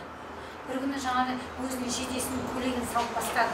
Біртіндеп ол бір күн, екі күн емес, бір айда, екі айда. Жоқ, не төртеу күн? Бірінші. Иә. Сырғалаңнан жылын басылып қалғандар болады ғой. Иә, сол жылын басылып қалды. Соған кезде себебі не? Біз омыртқамен келе жатқан кезде әрқайсысынан талшық кетеді нерв клеткасына. Бір жерден соққы тиді ма? Ол не істейді? Ресторатор бірінші өнімді ішіп бастаған кезде оны жұлын бізге өмір бойы оқытты ғой, аға кім дәрігер деді, бізге де айтты ғой, мына нерв клеткалар қайтадан жүйке клеткалар келмейді дейді. Енді қазір айтып жатыр, медицина дамыды, жүйке клеткасы қайтадан орнына келеді деп жатыр. Екі жүйке клеткасы орнына келмегенде біз алжуға көмектесе алмайтын едік. Қайтадан келеді. Адам Алла тағала солай берген ғой, ол нәрсемен клеткамен жұмсаса, ол өзінің жұмысын қайтадан бастап кетеді. Иә, жаңа бауыр секілді. Мына жерде жолын басып қалған адамдарға міндетті түрде жолын басылған кезде кішкентай нерв клеткасы бар ғой, ол үлкен болып ісініп кетеді. Ісініп кетеді, өзінің жолындағы каналына кірмей қалады ол. Жолын каналына кіріп тұру керек қой, ол ісінгеннен кірмей қалады. Сондықтан да ол жерге қатысты, ол жерге жауап беретін аяқ қол болсын, дәрет сындыру болсын, жүріп тұру болсын, оның барлығынан адам айырып қалады. Енді біз рестораторды бірінші өнімді берген кезде мына ісінуді қайтарады. Нерв клеткасы өзінің баяғы көлеміне біртіндеп келеді. 2 айдан, 3 айдан, 6 айдан білмеймін, әрбір организм әртүрлі біртіндеп келеді. Бұл мына каналға кіріп, қайтадан баяғыдай жұмыс жасап бастайды. Оның да мына 2000 жинақтың ішінде дәлелдеп жазып кеткен. Себебі біз айтамыз ғой, жұлыннан айырып қалды, ой жұлыннан запас шекті дейміз ғой. Себебі не? Ол үлкен болып ісініп кетеді, каналмен арасында байланыс болмайды. Ол біртіндеп кішіреді, бұрынғы қалпына келіп, каналға, біздің омыртқамызға, каналымызға кіреді, жұлын бұрынғыдай жұмыс жасап кетеді. Оның құпиясы сол. Көбіне айтады ғой, неден ол жүріп кетеді дейміз ғой. Жұлын қайтадан олар қалпына келеді. Тағы не сұрағымыз бар? Қансыз деген адамдар. Балдар жөней. Талмауырыңмен қансыз деген. Жаңағы алжыған адамға бірінші өнім ғана істетеміз ба? Жоқ, алжыған өнімге, алжыған адамға былай беремін. Мынаны кішкене былай қойып қойын. Егер ол кісінің қан қысымы болса, қарайсыздар. Қан қысымы болмаса, онда қосасыздар. Аптасына 2 рет салатын талмау болады. Талмауырында бірінші өнім мен үшінші өнім бересіз. Талмауыр не істейді? Бас ауырдағы басында бар ғой, жаңағыдай клеткалар болады ғой. Сондағы бір клетка былай айтқанда жұмыс жасамай тұрады ғой. Талмауырда бізде солай оқытты ғой. Клетка жасамай тұрады да, ол жаңағыдай ауа жетіспейді оттегі бұл жерге. Оттегі бармаған орталық, ол денені бос жүреді екен. Ми айналып келе жатты, оттегі бармаған денені бос жүріп, сол кезде адам есінен танады ғой. Жаңағы айтқандай алып жүр секілді бірінші өнім мен үшінші өнім міндетті түрде беру керек. Сол кезде ол жаңағыдай айына 4 рет, 5 рет құлайтын адам айына 3 рет құлайды. Айына 2 рет, айына 1 рет, біртіндеп. Мына нерв клеткасы енді жай болады, бірақ біртіндеп нәтиже жеткізуге болады. Аузынан көпірге ағатын адамдар болады ғой, оларға да жіберді. Ал енді мен сұрақ сұрайын мына жерде. Мына осы өнімдерді қай бір адамға төртеу құрақ беруге бола ма? Мысалы, қай бір адам болғанда жаңағы 2 қабат 12 жастан төмен балаларға анан 4-түсін бермейміз ғой. Қалған үшеуін қай бір ауруға тең бере берсек, осының зияны бола ма? Жоқ, зияны болмайды. Ал енді ол балалар жоқ, басқа адамдарға төртеуін тең бере берсек зияны бола ма? Жоқ, сіз қан қысымы жоғары емес. Сіз келіп тұрсыз маған. Атыңыз кім? Үсен, қан қысымыңыз қанша сіздің күнделікті? 100-120 дейсіз ба? Мен онда мен 4-ін ұстап кеттім. Асан, сенкі қанша? Менікі 160-қа дейін барады, басым ауыртсе. Ой, сен Асан үшеуін ал, мынаны мен саған 2 айдан кейін қосам. Бірақ сен мынаны ұмытпа деймін. 2 ай бойы бұл мына бірінші өнім қан қысымын реттейді. Одан кейін Асанға сол үшін беремін. Соны біз сақтықта ұстап тұрамыз. Енді сұрайын. Енді жаңа талма ауруға сіз екеуін бер деп жатсыз. Ортасындағы екінші өнімді қосып бере берсең бола ма солар ма? Егер оның көрсеткіші болса беріңіз. Ол адамға зияны жоқ оның, бере берсең болады. Кересері жоқ, зияны жарайды, рахмет. Мысалы, киік оты жусанды сіздер қайнатып ішесіздер ма? Соны бәрілеріңіз түсіндіңіздер. Осы жерінде біз осыны көп істетеміз. Осыны бізден мына жерде енді біз көп адамдар осылайғылар мені уақыттарыңызды алатын болды. Мына жерде біз көбінде мына 12 жастан төмен балаға мына үшеуін тең беріп жатырмыз. Бірақ беріп жатырмыз. Ал енді мына төртеу қолдануға тиісті жерде төртеуін бірақ беріп жатырмыз. Мына жаңағы талма ауру балаға да қосып беріп жатырмыз. Енді қалап сөзіңізді бөлейін аузыңызда. Егер талма ауруының баласында мына екінші өнімге көрсеткіші болса, асқазан ішек жолдарының ауруы, онда осыны қосып бередіңіз. Мен нақ жаңа диагнозға ғана айтып тұрмын. Егер бір адамдар olur, дені сау, диагнозы ғана сондай болса, онда екеуін бересіз. Мынаны бергеннен сізге зиян болмайды, егер көрсеткіші болса, іші қатса, асқазан дұрыс қорытпаса, іші кеуіп кетсе, кіші дәретін ұстамаса, бүйірінде құм болса, тас болса, қуғында тас болса, құм болса, онда бере беріңіздер. Сосын түнде кіші балалар жаңағыдай дәретін төсекке тастайтындар болады, соларға міндетті түрде мына үшеуін бересіздер. Жаңағы жерде, мысалы солардың талма ауру, ұзақ уақыт дәрігерді емдеп дәріні көп ішеді ғой балалар. Мысалы сол жағдайда меніңше сізге міндетті түрде керек екінші өнімді. Мысалы. Енді осы жерде ұқсайын деген сөзім, енді сөздеріңізді бөлетін болдым. Біз мынаны бермейміз. Әр қайсымыз міне отырғанның ішінде қай біреуді деп мынаны алып тастамайды қосып беріп жатырмыз. Өйткені дәрінің сату қағидасы бар болғаны бөліп берсек көп дәріміз асып та қалады. Оның үстіне оған жетістіре де алмаймыз. Сол үшін мынаны беріп жатырмыз. Ал төртеуіне мысалдағанда менің қамбасым жоқ. Немерем төмен, жақсы, басқа өкпем ауырады, жүрегім ауырады. Осы төртеуін бірақ істетіп жатырмыз. Болады ғой? Болады. Рахмет сізге. Қансыздырген адамға қалай істетеміз? Қансыздырген адам. Бүйрек істемеген қошқа. Қызметі Бірден сұраңыз. Жоқ, мынасы бағана сұрап отыр, сұрақ қойсын. Диализ. Мен қансыз істеп жатырмын, 3 ай болды. Анау 3 күнде бір қансыз жүреді екен. Диализ. Соған енді қанша уақытта тәсір береді? Қан сүйген кезде жаңағыдай бүйрек бірақ жоқ болуы бүйректің жеткіліксіздігінде береді ғой. Ол кезде ең алдымен жаңағыдай креатинин бар ғой. Не деймін оны? Креатинин. Жаңағыдай бүйректің ластану мөлшерін көрсетеді. Жаңа креатинин деген не? Бүйректің ластану қасиетін көрсететін белгісі бар. сол соғыз жүздеп Оны төмен түсіргіріппіз. Алғашқы 10 күнде бастап не бар? Алғашқы 10 күннен бастап жаңағыдай бірдеңе көрініп бастайды. Бізден андай жағдай болған. Бір ер адам келді, дәрет сындыра алмайды екен, өзінің түрі мынандай серий болып кеткен ғой, себебі не? Сұрып зәр қышқылдар бетіне шығып кеткен ғой. Зәр қышқылдар бетіне шыққан кезде күнара жаңа бүйрегін сүздіреді екен. Сол өзім бір жағынан күттім еді, сол кісіге бердім де жібердім, жаңағыдай өнімдерді алдым да, офиста отырғанда беріп жібердім. Бір апта өте келе бір кісі маған звондайды, ер адам, қасымда как раз күйеуім отырды. Мен бүгін туалетке бардым деп қоймайды. Мен жарайды, жақсы дедім, мен өзім қайсым. Мен бүгін туалетке бардым кіші дәретке. Жақсы енді деп қоймын. Енді мына кісі қызық жағдай болды ғой. Күйеуі деді, енді саған енді туалетке барғаннан дейін айтамын ма деп айтамын. Тұра тұршы енді мен бір нәрсе айтайын. Бүгін мен туалетке бардым, бүгін мен туалетке бардым деп қоймайды. Жарайды, сіздің диагнозды не етсем, сөйтсем ол мүлдем жаңағыдай 1 миллиметр болса да зәрі шықпайды екен. Ол кісінің қуанышы дұрыс қой, онымен дұрыс. Айта алмайды, дұрыс қой. Ол айтады, мені бірде-бір жаңағыдай тамақты жейді, бірақ мына кіші дәретін шығара алмайды, себебі бүйрек оны алғашқы дәрет, кейінгі дәретте бөледі ғой, бөлмейді екен бүйрек. Ана аппараттан кейін ғана бөліп тұр екен. Сол кезде мен мына 2 ай өнімді бердім, сіздер бере беріңіздер, бір тәжірибемен бөлісетін. Мына 2 ай өнімді берген кезде неше күнде солай? алғашқы бір апта, бір 10 күннің көлемінде ме соны бүйрегі жұмыс жасап бастағанда біртіндеп кішкентай ғана бөлген. 10 миллиметр ма, 15 миллиметр ма, кішкентай ғана дәрет сындырған. Ол не деген сөз? Жаңа бүйрегі зиянды нәрсені алып, мына дәретті жаңағыдай бөліп тұр ғой. Оның өзі үлкеніне. Одан кейін ол кісі бір кәріс басқа ұлттың адамы еді. Ол айтады, мен күнара баратын едім дейді. Бүгін емес, ертең бүгін емес күнара баратын кезде біртіндеп уақытын ұзартты. 7-сіне бір рет баратын болды. Үлкендіріп келмейтін, қалай кететін науқастарға. Қазір тұр, 7-сіне бір рет баратын болды, 2-7-те бір рет баратын болды дейді. Сүзгіге. Бұрын күнара сүздіретінен, қазір 10 күнде бір рет сүздірілмейді. Сосын біздің қыздар айтады, шамданып жатыр. Неге ол бірден сүздіруді тастап кетпейді? Мен айтамын, бүйрек біртіндеп жұмысын қайта кеткендер тұр. Ол өзінің жаңағыдай жұмыс істеуін 10 күнге дейін созып жатыр.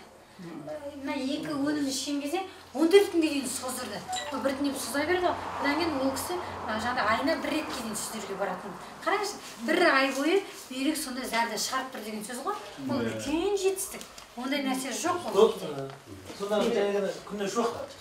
Жоқ, жетірек. Күні жетірек. Бір бастан жетірек. Бір бастан жетірек. Бәрі бір бастан жетірек. Ошол бар ғой, мен келерде аманаттық тапсырып жібердім, мен айтайын. Баласы туылған 3-ке келіп жүре алмайды. Не сөйлемейді, не жүре алмайды. 2 аяқ 2 болды. Сал ауру ғой, бұл тума сал. Содан жаңа тағдырдың телефон звонок етіп болған, шипа бола ма деп. Мен енді айта алмаймын ғой, ол бала 3-ке келді. 12-ге дейін келіп нәрсе қолдана болмайды, соны айтыңызшы. Менің емес екен. Сал ауру ғой. Сал ауру екен. Сал ауруына тіпті бар ғой, қараңызшы. Осы 2-ақ өніммен 1 мен 3 тағынан беріп қана бірінші алатауға аяғына тұрғыза аласыз. Ең бірінші сал ауруларды көбінесе ол балалардың басына ісік болады. Немесе миы кішкентай дамымай қалады, микроцефалия. Миы дамымай қалады. Осы 2 өніммен ғана жаңағы бағана көрсек сурет салғандай нерв клеткаласын дамыту арқылы ол аяқ-қолға жауап беретін бізде орталық бар ғой, соны дамытады. Мына 3-ші өнім, бұл нәуріз болғаннан кейін адамға мына бұлшық еттің ет алдыртады, былай айтқан кезде. Май алады, ет алады, күш алады, жүріп бастайды. Бірақ 1 жыл деңіз, 12 ай тынбай жүрді деңіз. 12 ай тынбай ішіңіз, балаңыз ала берсін жүрді деңіз. Менің ғана тәжірибемде 80 бала жүрді аяғына. Мен өзім көрмеймін болған. Ал мен көрмеген Қазақстанда балалар көп. Мен осы Алматыдан шықпаймын балаларымнан, бірақ мен өзім көзім көрген 80 ең бір несі, жаңа қотырауын дейміз да. Сондай жатқан, 4 аяқта жатқан бала бар. Мен дәрігер болып келді дегенде, сол анасы сол баласына келді. Тіпті тамақ берген кезде бір аянысы, соған жануар ретінде жерге қойып қояды екен, ол сол жерде ғана ішеді екен. 6-дағы бала. Менің жерлесім өзім, мен өзім Батыс Қазақстанның қызымын. Соны ғана жеп жатқан кезде, Гүлшат маған көмектесе ма деді. Мен бірінші рет көрдім, өзім жақсы мамамын ғой. Мен андай баланы бірінші рет көрдім. Одан кейін мойны қатайып қалған. Себебі 6 жыл бойы жаңа палас па, кілем ба, мынаның барлығының үстінен жүрген ғой. Мына мойын, мына табан секілді қатайып кеткен. Қалыңдап. Жүрген кезде де осылай жүр. Мен өмірімде бірінші рет әлі күнге де ұмытпаймын. Мен өзім былай айтқанда сұраққа қиналдым. Жүреді десем, қиын сұрақ. Жүрмейді десем, ол кезде бір 20-30 бала жүрген кезетте жүрден. Сосын мен айттым, мынаның ішесіз дедім, осы 2 өнімді бер, мен солай біреу сіз бере беріңіз, қалай берсен. Мынаны бердік, іш қатуы бар енді ода. Осылай бердік, сол кезде сразу тұрды деп айтпаймын өтірік. Біртіндеп, мына қатық қалған аяқ қолдар бар ғой, мына контрактура дейміз ғой, қатық қалған еді, бұл сөздер сіреседі ғой. Сіресіп қалады оларда көбіне. Сөз сіресуі бассаңдады. Босаңсы да бұл сөздер. Кәдімгі босаңды. Сол баланың әлімден ол қазір 8-де, одан кейін 2 жыл уақыт өтті ғой. Ол бала бір күні бір жаңағыдай телефоннан WhatsApp бар ғой, сіздердегі WeChat секілді. Былай бүйтіп, су ішіп тұрған біреудің суретін жіберіпті. Маған баласы неге жіберткенде қойдым. Сөйтсем сол баяғы баланы сурет екен. Тұрған жүріп кеткен. Жүрді. Ол 1,5 жылда жүрді. Жағдай жоқ, міскін жания еді, 1,5 жылда жүрді. Өзінің баласына беретін пособие ғана алып отырды. Былай бүйтіп бір нәрсе ішіп тұр, түсінбей, мына кім баласы деп. Соны қарасам, мына сосын мен айтқаным, массаж не дейді, уқалауды жасаңыз деді. Мен айттым, мына біздің спрейді қолданыңыз, уқалауды жасаңыз, одан кейін аяқ қол созырту бар ғой бізде, ЛФК деген, соны ғана жасаңыз. Ешқандай дәрі бермеңіз, аяқ қолын тарта беріңіз, созыңыз, үстін уқалаңыз демесе, бұл шөттер қатаңсып қалған, соны жасаңыз деген кезде. Міне төбемде ана тұра тұрған, 1,5 жыл жүрген кезде ана бола тұрды өзім. Тілі дұрыс емес, сол дұрыс. Тілі дұрыс емес, сөйлемейді. Сөйлей алмайды. Басында ісік отырған еді ғой оның басында. Қайтып сөйлейді. Басында ісік отырды. Бүкіл мидың бәрін жауып тастаған ісік. Ол сөйлей алмайды, жүре алмайды, жатқан бала еді. Тек қана өмір сүру үшін ғана алдына келген тамағын ғана ішеді. Жануар ет деді ғой. Жануар ет былай айтқанда. Жаңағы қолтырауын. Мен себебі ана бала кіріп келген кезде, ана бала тез-тез бет-бет келіп не алған кезде, шынымен айтқан кезде қолтырауын есіме түсті. Сондай да бала болады екен ғой деп өзім ойладым да, адам қалай ауырады екен деп. Сол бала аяғынан тұрды. Мен өзім, мен кіші жүзмін ғой, сол біздің жаңа кіші жүз Батыс Қазақстанда сол бала сондай болған. Ең сонда қиыны да, одан кейін Өмірбек деген 23-те ме не? 26-те. Бұны біледі Өмірбек. Ол да тұрды ғой. Соны қараңызшы, себебіне бағана айтқан нерв клеткалары адамның жасы нешеде болмасын қайтадан қалпына келіп тұр ғой. Қайтадан қалпына келіп тұр, ол аяқ қолынан жауап беріп тұр. Оны мен бір сұрақ сұрайын. Ана қалқанша без зорайған деген боласыздар ғой, иә, қалқанша без зорайған. Бір адамдарда үйет дейді ғой, төменде. Бір адамдарда үйет жоғарлайды. Осы мен үй шаттан әне бір ұстаздан сұрасам, мұғалімдерден. Біреу айтады, үшінші өнімді істетуге болмайды дейді. Үйет жоғары болса? Жоғары болса. Біреу айтады, төртеуін істете беруге болады. Сонда қалай істетіледі? Дұрыс айтасыз, өте дұрыс сұрақ. Мен өзім келген бақылап тұрмын, сіз жақсы орадыңыз, иә? Енді мына қалқанша безі бар ғой, ол екі-ақ түрлі жағдайда ауырады. Біреу үйет жетіспей ауырады, немесе өзіне үйет көп болып кеткен кезде ауырады. Бұл қалқанша безін ешнәрсе жақпайды, былай айтқан кезде бұл. Сәл жұқа тым ғой бұл. Бұл мына көп йодты да қабылдамайды, аз йодты да қабылдамайды. Мына йод жоқ кезде, бұның сіз қалай көресіз, алдыңызға адам келді, йоды аз екенін қалай білетіңізді айтайын ба? Ол кісі көбіне айтады, мен шаршаймын. Үнемі ұйықтаймын, ұйықтасам да дімкәстік дейді ғой. Дімкәс болып тұрамын, әлсіз болып тұрамын. Одан кейін есте сақтау қабілетім жоғалып кетті, жадым жоғалды.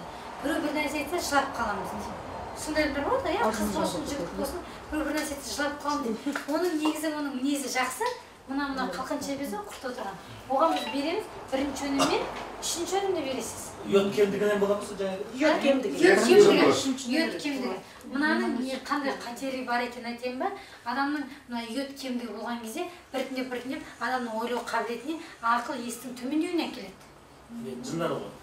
Жынданбайды, ақыл ес төмен болып қалды. Десе дей алмайды, жаңағы бірінші класста оқи алмай қалады, ақыл есі төмен. Енді қалқанша бездің бір несі бар, онына йоды көбейіп кетеді. Ол кезде ең бірінші мына тамақтың ісінуі болады. Сырт келбетіне қарасаңыз, ол адамның сыртқы жағдайынан. Одан кейін ол адамдардың көбіне алақан терлейді. Сіз өзіңіз қарапайым адамды сұрап бассаңыз, көз үлкен әдемі қыз деп. Енді қараса алақан терлейді. Одан кейін ашушаң болады. Бүгін табар жоқ десеңіз, табарым қайда десе, сайтаңыз, қалқанша біз асып. Ол кісіге біз не береміз, Ол кісіге 1-ді, 3-ті, 4-ті береміз. Мынаны жолақпайсыздар. Айтыр, одан сайын табар сұрайды сізден. 1-ді, 2-ні, 4-ті береміз. Сонда, бұл не істейді?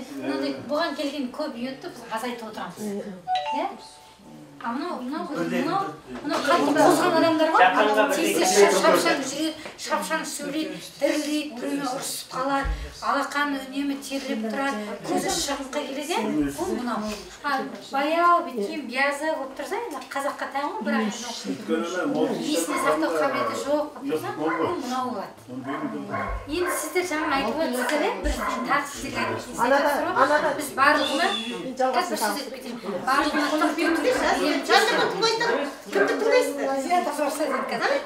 барлығына төртеу береміз дейміз ғой, енді мен жаңа не үшін ажыратып жатырмын, егер мынандай жағдай болса, егер мынау көп болып тұр, сіз мынаны берсеңіз, оның ісігі ісініп кетеді ғой, одан кейін. Одан сайын жынданып бастайды. Одан сайын шағымданып кетеді сізге былай айтқанда, жағдай нашарлатып алыңыз. Сондықтан да сәл-сәл сұрап алсақ, или былай демесеңіз, сіздің емдеуіңіз жақсы болады. Сіз диагнозыңыз дұрыс болсаңыз, еміңіз дұрыс болсаңыз, нәтижеңіз 100% болады. А біз диагнозымызды білмей төртеуін бере қалсақ, онда нәтижемізді де кіші білмей қаламыз, Одан кейін мына кезде бір нәрсе айтып есіне шығып сөз бөліне білгеннен болмайды. Мынаны түсініп алды, қалқаншаны. Жақсы түсіндік, бұл енді ерекше. Сол қалқанша жаңа сосын мына қалқаншасы көп адам кішкене тұттықпаға бейім бар. Ол тез сөйлемей тұттыға береді ғой. Бұл адамда 180-нен жоғары қан қысымы бар екен. 180-нен қан жоғары? Қалай қыламыз? Онда мынаны береді, мынаумен ғана төмендетеміз. Бұл қан қысымы жоғары болу оған заңдылық. Оған заңдылық себеп болды. Жаңа мен айттым ғой, не үшін тез сөйледі деймін ғой. Себебі қан айналымы жылдам ғой. Қаны деген былай айтқан кезде қанның қысымы жылдамдығы жоғары. Мына екеуін ғана беріңізші. Ол біртіндеп дұрысталады. Мына көздің шарасы қайтадан орнына келеді, мына алмасы. Мына гормоны дұрысталған кезде ол бұрынғысы келеді. Тағы мен бір сұрақ қояйын. Қояғын сұрағыз. Ана жаңа сіз айттыңыз, екі түрлі ғой, біреу жоғары, біреу төмен. Ісік барға сонана үшінші өнімді бермейтін болса, ісік, мысалы үшін көз сыртына шығып кетеді ғой, ісік. Мұнда бермейсіз. Жақанға бермейтін. Енді қайтып жажанға береміз, Жажан деген дұрыс айттыңыз, дұрыс. Ана жажан деген жаңа ол іспеген, анда созылмалы түрі. Жоқ, созылмалы емес. Созылмалы емес, төмен. Ол өлгенше біздің енді докторханаларда жажан деген өлгенше жазылмайды. Біздің Алматыда әрбір екінші адам, Зинат апа екеуміз тұрсақ, екеуміздің біріміз жажанбыз. Сізде Алматыда әрбір екінші адам аурумен ауырады. Bir жылда, 2 жылда жазылады. Екі түрден бар мынаны. Бірі йод күйіп төте бір жолда. Онда бір жолда көз ішіп кеткен ол йод жоғары деп айтты. Ол йод жоғары, мынада йод төмен. Қайдан ашып айтып айтып түсін сұраңыз қандай? Жажан емес. Көзі сыртына шыққанды сұрадым. Енді біреу созылмалы ұзын уақытта жазылатын біреу. Бұл ағастырым түрі.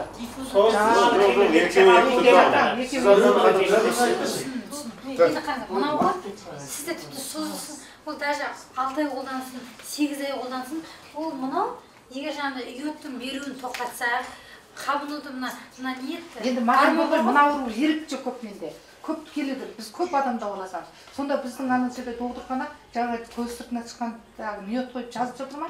Енді қайтып енді созылмалы түрі бар. Екеу терсін. Миот құятыны минос не жақсы? Минос. Қайсы ана? Сода жазылып жатыр ма? Ана бір түрі жазылмай жатыр. Жазылады, уақыт керек қой. Егер сіз қараңыз, мына сонау ісік ауруын, тері ауруын жазып отырсақ, бұл қалқанша без ол не ғой? Қалқанша безінің бір жақсы, бұл дүние мына біздің организмдегі ең қан тамырға бай мүше. Қып-қыз болып тұрады ғой. Ең қан тамырға бай мүше. Сондықтан да бұл шашқан респираторларымыз да барлық спрейімізде бұған тез барады. Қамтанады. Отты дәрігерсіз ғой, оттегі көп болады. Сондықтан да мына аурудан адамның айығуға тез. Басқалармен салыстырғанда. Себебі қан тамыр не үшін қып-қызыл? Не үшін ерніміз қызыл? Себебі қан тамыр ғой бұл жерде. Иә? Дұрыс айтасыз. сондықтан да бұл жазылады. Уақыт керек бәріне, уақыт керек. Гайморитке себесін бе деп ұрмай қойып жүремін. Гайморит асқын тұрған жағдай болса, иә, әрбір 15 минут сайын мұрынға шашасыз. Қабырың бар? Сізге тағы бір сұрақ. Ана бос сүйек ауру дейді ғой мысалы, айнексіз аяқтан. Сақ сүйек бағана айтты. Жоқ. Аяқ. Тесін ашын. Сол бағана айтқан сол. Сонымен жаңағында сабын. Осы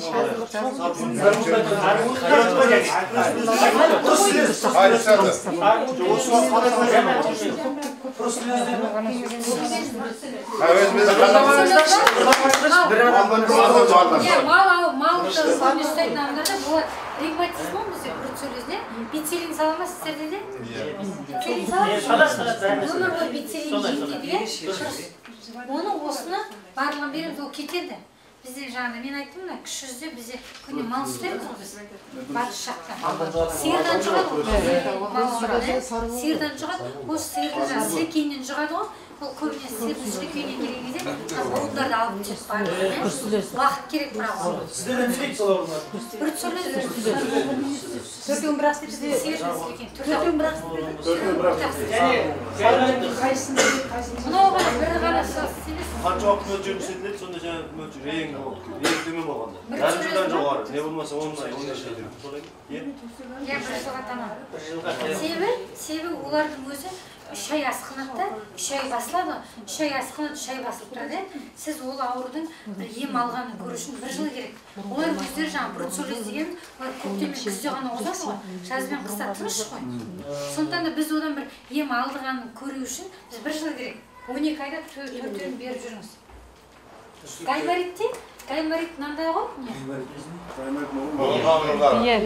мына екі жақтың қабыну ғой екі жақ қабынғаннан ірің толып қалады енді қараңыз биян бірінші өнімді бергенде біз айттық қой қан айналымын жақсартады дедік иә қан дегеніміз бізде не ол сұйықтық қой іріңге сұйықтық енді қараңыз біз респираторды бұған шашып келген кезде мынау сұйықтықты қан айналымын жақсартады сұйықтықтың да айналымын жақсартып оны шетке шығарады ғой ол респиратор сол қарамайды сенің ірің ба жаңағы қаның ба оның барлығын жылдамдығын арттырады шығарып жібереді әрбір 15 минут сайын шашып отыру керек одан кейін мына мұрынның ішіне 3 ай болған балаға қанша рет істесе болады одан не туылған болады 3 ай болған мұрны қышып тоқтамайды бар дейді биян және аллергия онда мына 1-2-3-ті бересіз соған 3 ай болса да 7 рет бересіз 7 дегеніміз біздің мына тәуліктік мөлшеріміз ғой ол балаға көп болмайды ол баланы аузын ашып іше беріңіз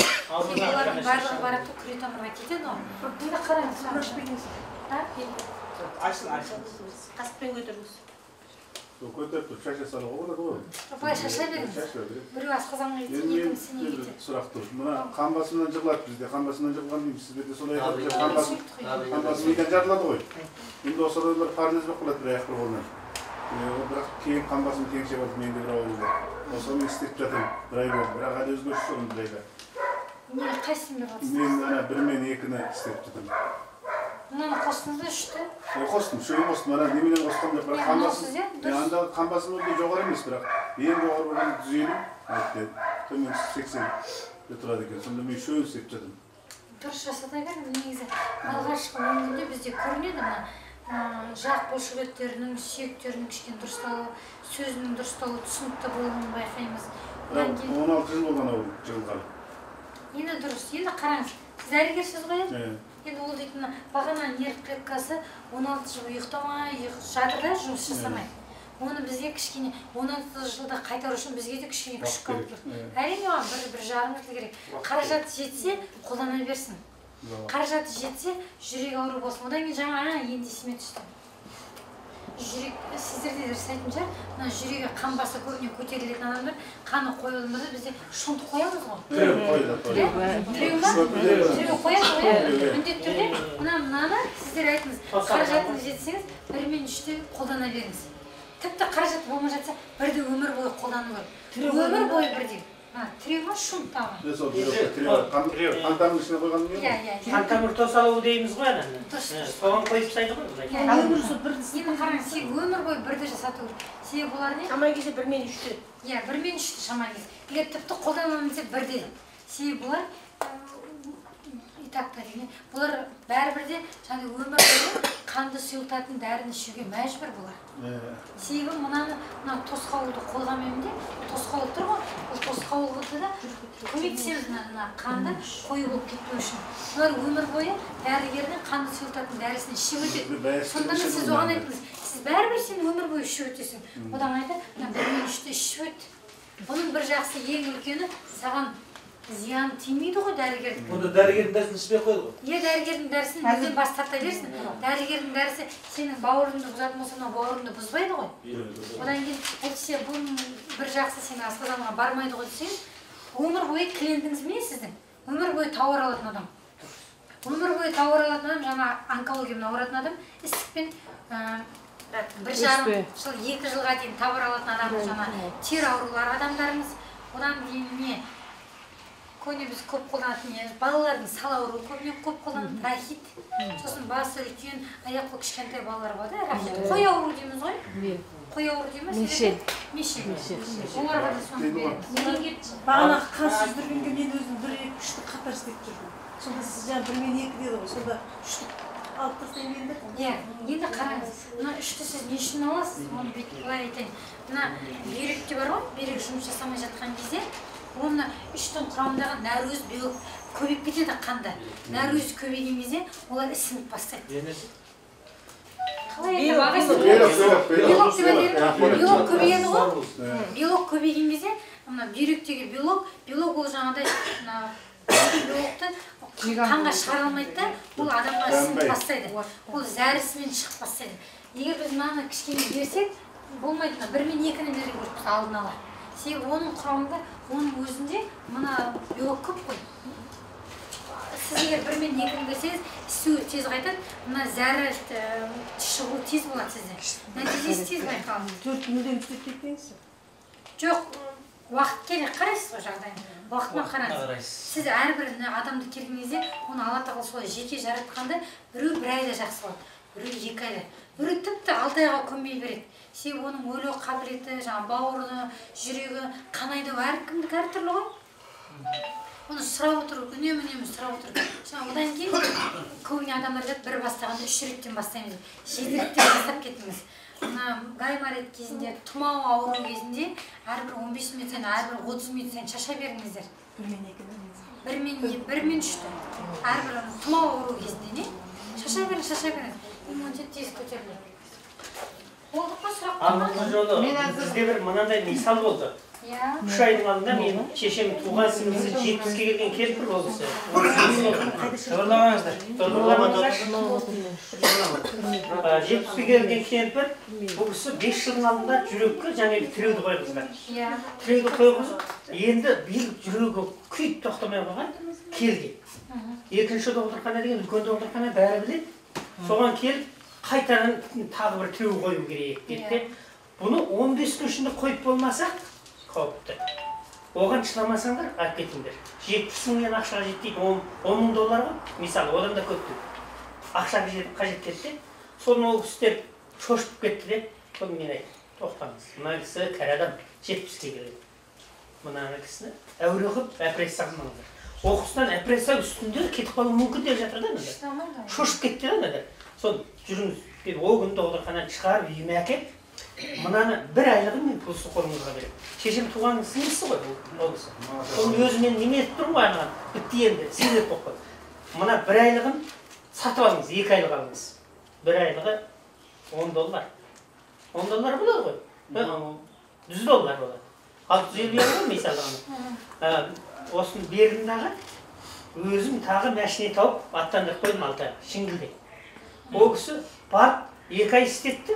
2 ай таяғанда әгі 15 күн өтті, анадар докторхана айтқан ғой, 15 күн. Докторхана мен ұмытып кеттім. 19 күндегі докторхана маған телефона, әгі адам қайтты дейді. Мен өмірім қалдырып қойған ғой. Ол кісілер тіл білмейді, өзім көрсеттім ғой, жетім. Сол маған звондап айтады ғой, қайтты дейді. Ойбай деп есіме түсе берді. Отырып беру, әзір қысып беремін дейтін қан өтеді. Телефон звондап, ой, нағашы апай, қайттыңыз деймін ғой, шешем туған сіңлісі болған. Қайттыңыз десем, ойбай, тағы 1 айлығын беріп жеді. Ол кезде 40, ол кезде қанша? 19 күн бе, 20 күн болған кез. Тағы 1 айлығын беріп жеді, елдер 3 ай істесе болады деп жатыр. Әгіден көк өкпемнің күйгені жақсарып, жақсы болып қалды. Сонымен 3 ай ішті. 3 айдан кейін бітеп, 2,5 ай болғанда мен тағы ұмытып кеттім. Әгі жезді дейміз ғой, шешем сіңлісі болғаннан кейін. Ол кісі 80-ге келген кісі, кәрі шал, бірақ зыр жүгіреді, бізден де жақсы көреді. Кісі телефон звондайды. Ой, әгі нағашы апайыңа маған дәрі бер. Дейді ғой, соныңға қалжыңдап айтып ғой, қанша айлық аласыз десем 4 айлық дейді. 10 мың ем болып кетті 4 айлық. Аласыз ба десем айтады, 20 мың көседі маған деп жейді. Міне, үстіп жақсарып әзір 4-ші айлығын тұтынып жатыр. Енді 5-ші айлығын аттады мүмкін. Мынандай. Ол енді өзімнің бірінші өнім алған өзім ғой. Өзім ауырып, осы жерде осыдан жақсыға болған. Екінші, түз принцип өнімін көрген сол кісінің. Кәдімгі өзі кіріп, өзі шығып, алдында сүйеп кіріп, сүйеп шығып. Мен нағашының баласы осы 9 жаста ғой, нағашының қызының баласы 9 жаста. Тілі шықпаған. Тілі әлі сол жақсы шықпайды. Қанша жаста? 9 жаста. Басын түсірді ма оны? Басын түсірді ма? Басын түсірді, ештеме жоқ дейді. Барлығын емдетіп жатыр, ешқандай не болған жоқ. Құлақ естиді ме? Құлақ естиді. Сол ақырын әрең не қылады. Әрең сол ата деп қойды. Ұмдай ұмдақтын деп Көбіне жаңа сөйлей алмайтын адамдар жоқ, тілі дегенді чала, сақау. Енді қараңыз, егер оның басын түсіріп, басында ешқандай ісік жоқ десе, онда тіпті қиналмай-ақ 1-3-те бере беріңіз. Көзі жұмып бере беріңіз. Көбіне, жаңа айтып тұр ғой, көбіне ондай адамдардың басында ісік болады ғой. Себебі жаңа сөйлеудің несін басып отырады да. Қорықпай 1-3-те береңіз, Алла тағала не қылады? Мына сөйлеу қабілеті жасатады. Бізде бар ғой жинақ таппай, көп қой сондай, көп ондай соны ойламаппыз да, жаңа нені қосу керек, бұл жерде интернет қосылмайды екен, олар орысша сөйлейді. Оның кейін бар ғой, тағы біздің бір досымыз сол ана басынан минан операция жасаған. Ажуларда аспапқа түсу келмейді ғой, ана басында темір ішкі несінде. Қызға түсу келмейді екен ғой. Иә, солар мысалы, олар докторға көрініп сондай не қылатын, солар істесек боламаймыз. Оның қандай шағымы бар? Басын немене опрессия? Жарақаттанған ба жоқ, өспе ме? Жоқ, өспе. Баста өспе дейді. Опухоль головного мозга ғой, 1-2-4-ті бересі оған. 1-2-4. 1-2-4-ті бересі, себебі мен қазір ол кісінің қағазын көрмедім ғой, қандай өспе екенін білмеймін ғой. 1-2-4-ті алып бере беріңіз. Сол бір бүйрек кейін түгіп кеткен, әпекесінің бүйрегін салдырған. Ана бір бүйрек, кейін ода түгіп кеткен. Соны осы кезде күні сол қан сүздіріп жатыр. Енді соған осыны мен таныстырғам ғой. Сонда мен ана үшіншіні бермеймін бе сонда?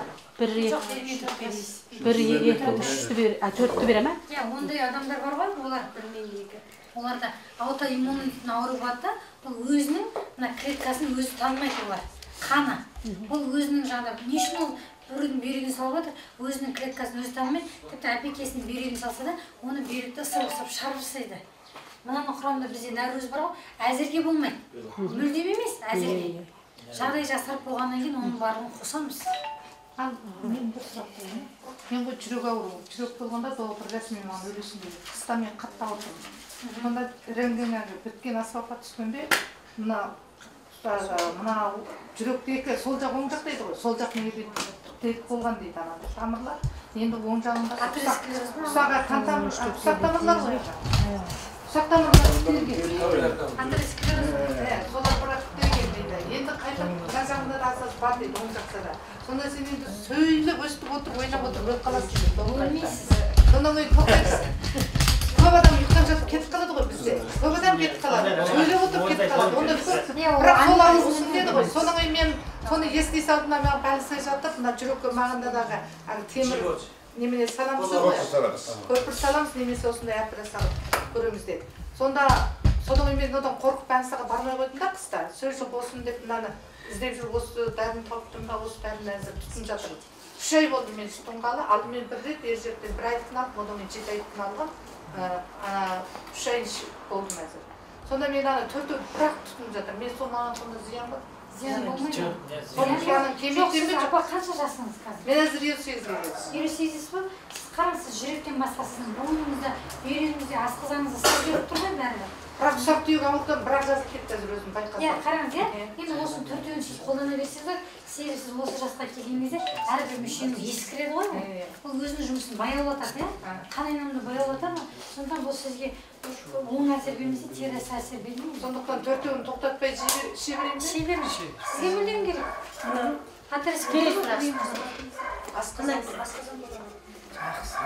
Сұрақтарыңыз қысқадан нұсқалы болсын. Мауқын дейді ғой, миға қан тосылған адамдарға қанша уақыт істейсіз? Сөйлемеңіздерші. 1 жыл жасатасыз. 1 жыл нешіншісін істейсіз? 1-мен 3-ті, егер көрсеткіш болса, мынаны қоса беріңіз. Егер қан қысымы жақсы болса, мынаны 4-ті де қоса беріңіз. ол кісілер жаңағы инсульт дейді ғой, сау болып қалады олар. Бір айда, 2 айда кішкене нәтиже көреді олар. Бірақ әбден бір аяқтанып кету үшін 1 жыл керек. Себебі олар бүкіл миға қан құйылған ғой. Тым жақсы. Мысалы, шөп өсіп келе жатады ғой, топырақ шашып жүргенде, ана бәрі астына алып қойған, шарбасы өнімнің бәрі, сол секілді мидың клеткаларының барлығына қан құйып кетті, ананың бәрін шайып кетті ғой. Оның біріншіден қанның бәрін не алу керек біз, таратып жіберіп ыдырату керек бірінші. Ыдырап кету керек. Қаннан толығымен бас дейтін айығу керек қой. Ыдыратты, одан кейін бағана орталықтың жұмысын жасап бастау керек қой. Уақыт керек. 1 жылға дейін, 1 айда, 2 айда сіз нәтижеңіз болады. Енді соңғы сұрағын Бағында қойылмайды. Бір бала әзір 20-ға таман кетіп қалды. Сол өте кішкене кезінде, 1 жас бала, жарым жас кезінде бұл ыстық асып ауырған ғой. Ыстық асып ауырғаннан кейін ыстық қайтаратын өкіл қойған. Сосын осы баланың тілі шықпай алған. Тілі шықпай алған, құлағы да жақсы естімейді. Енді сөйлеген ымдағанды білет, әзір апа деген сияқты кішігірім ғана сөздер көреді. Оған айта алмайды, құлағы шала естіді. Енді негізінен антибиотик. Біз антибиотиктің жағымсыз әсерлеріне бар ғой, құлақтың есту қабілетін төмендету дегенне. Содан да болуы мүмкін да ол. Осы ұстан бар ғой, бізде тәуелсіздік алғанымызға 25 жыл ғой. Осыдан 20 жыл бұрын жаңағыдай ыстығы көтерілген салқын деген адамдарға берген антибиотиктердің көбіне қазір құлақтары естімейді. Үлкен адамдар естіп қойды. Бұл дәрінің бір несі бар ғой, есту нерв бар ғой, есту клеткасын зақымдап түседі. Екінші нервті. Ол жақсы көмектеседі ол дәрі, бірақ жағымсыз әсер бар екен.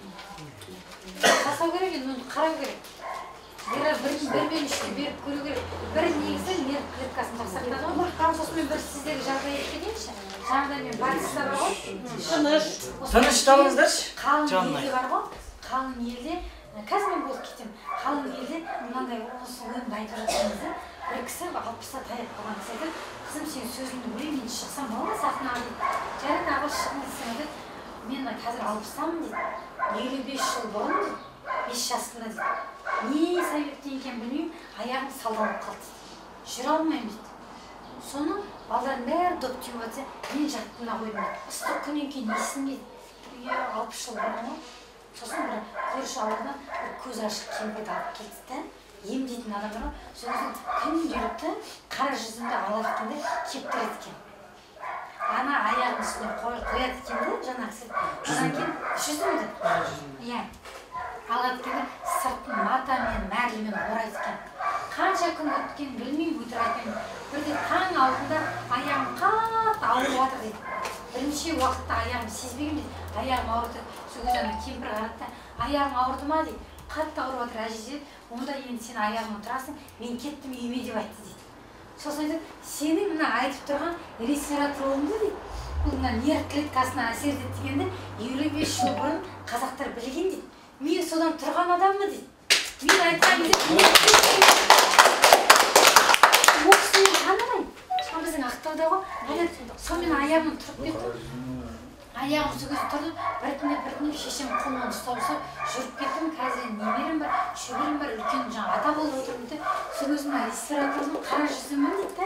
55 жыл бұрын қазақтар қолдану керек екенін білді дейді. Респиратор деген сөз қара жүзім деген сөз бе? Атауы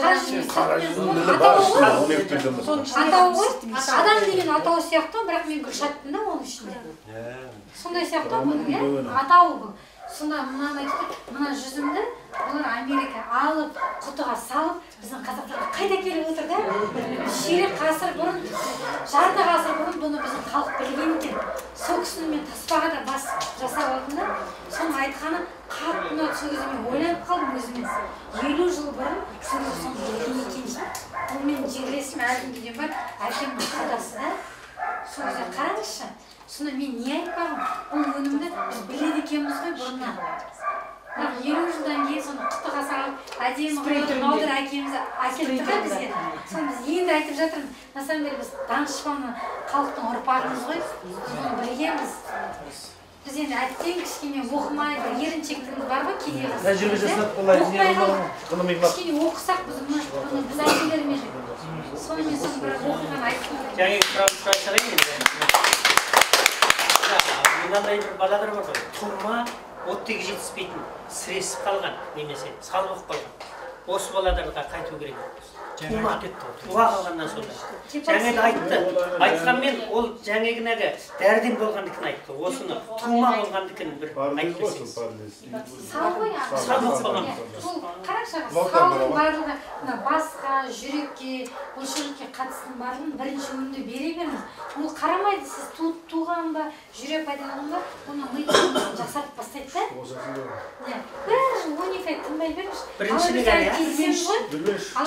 Kesemiz ғой, сөзі сіз айтасыздар, ала берсіз. Осындай адамдарға беремін, енді осындай нәтиже болды деп. Себебі 5 жыл бұрын айтқан адамдар айтады, не болды. 6 ай бұрын айтқанымыз айтармыз, осы бүгінгі айтылғандарды тәжірибемізге қолданып көрейікші. Соны бірді, екіні, үшеуінде қолдануға болады ма? Ол балаға болады. Қолына сұрақтарың жоқ па? Айтыңыз, айтыңызшы. Өмір ғой, 6 рет қалай болған, не дайсыз қалай болған? Мен ұстазым ғой. 6 рет қалай болған? Сол химиялық ем деген мына кісінің өзінің мұғалімі ғой, жақсы болған деді. Мен ұстазым солай болған еді. Сол бірінші істедім. Дыбырламаңыздаршы. Нешінші өнім істедім сол адамға? Сізді оған 4-те жасасаңыз, ең 90% әсер ететін ол адамға бірінші өнім. Үшінші өнім оған жаңағыдай көмек береді қайтадан. Төртінші өнім, ол өнім бар ғой, уланған химия береді ғой. Химия дегеніміз бар ғой, қараңызшы. Мына жерде сау клеткамен ауру клетка тұрса бар ғой, адамға сәуле бар ғой, сәуле танымайды екеуін. Сөзге құлақ. Кісілерге айтып, сіздің сөзіңізге құлақ. Сәуле екеуін де өтіріпсің. Керек бұл жоқ болса айтыңыздаршы, неге қайта қой деп отырмыз сіздерге? Екеуін де өтіріпсің. Шашып кетті бірінші өнім, мынаны көп дамытады ғой. Осыны көп дамытады. Бере беріңіз. Енді мұрнында қалай болды ағасы. Қойлаудың бәрі химиялық дауалау. Химиялық дауалау. Химиялық адамдар ма? Химиялық дауалау. Мен негізінде үлкен аурулар сұрап жатыр. Сөйлеменен де ол жаңызда лазер сол бәрі ұқсас па? Химиялық деген сөз. Енді осыда бір сұрамаған тағы бір ауру тұрған. Бұл ауруымыз біздің елімізде ең көп болып жатырған әзір. Жұқпалы ауру. Бізде әйдіс ауру дейді. Қазақша не дейміз аға?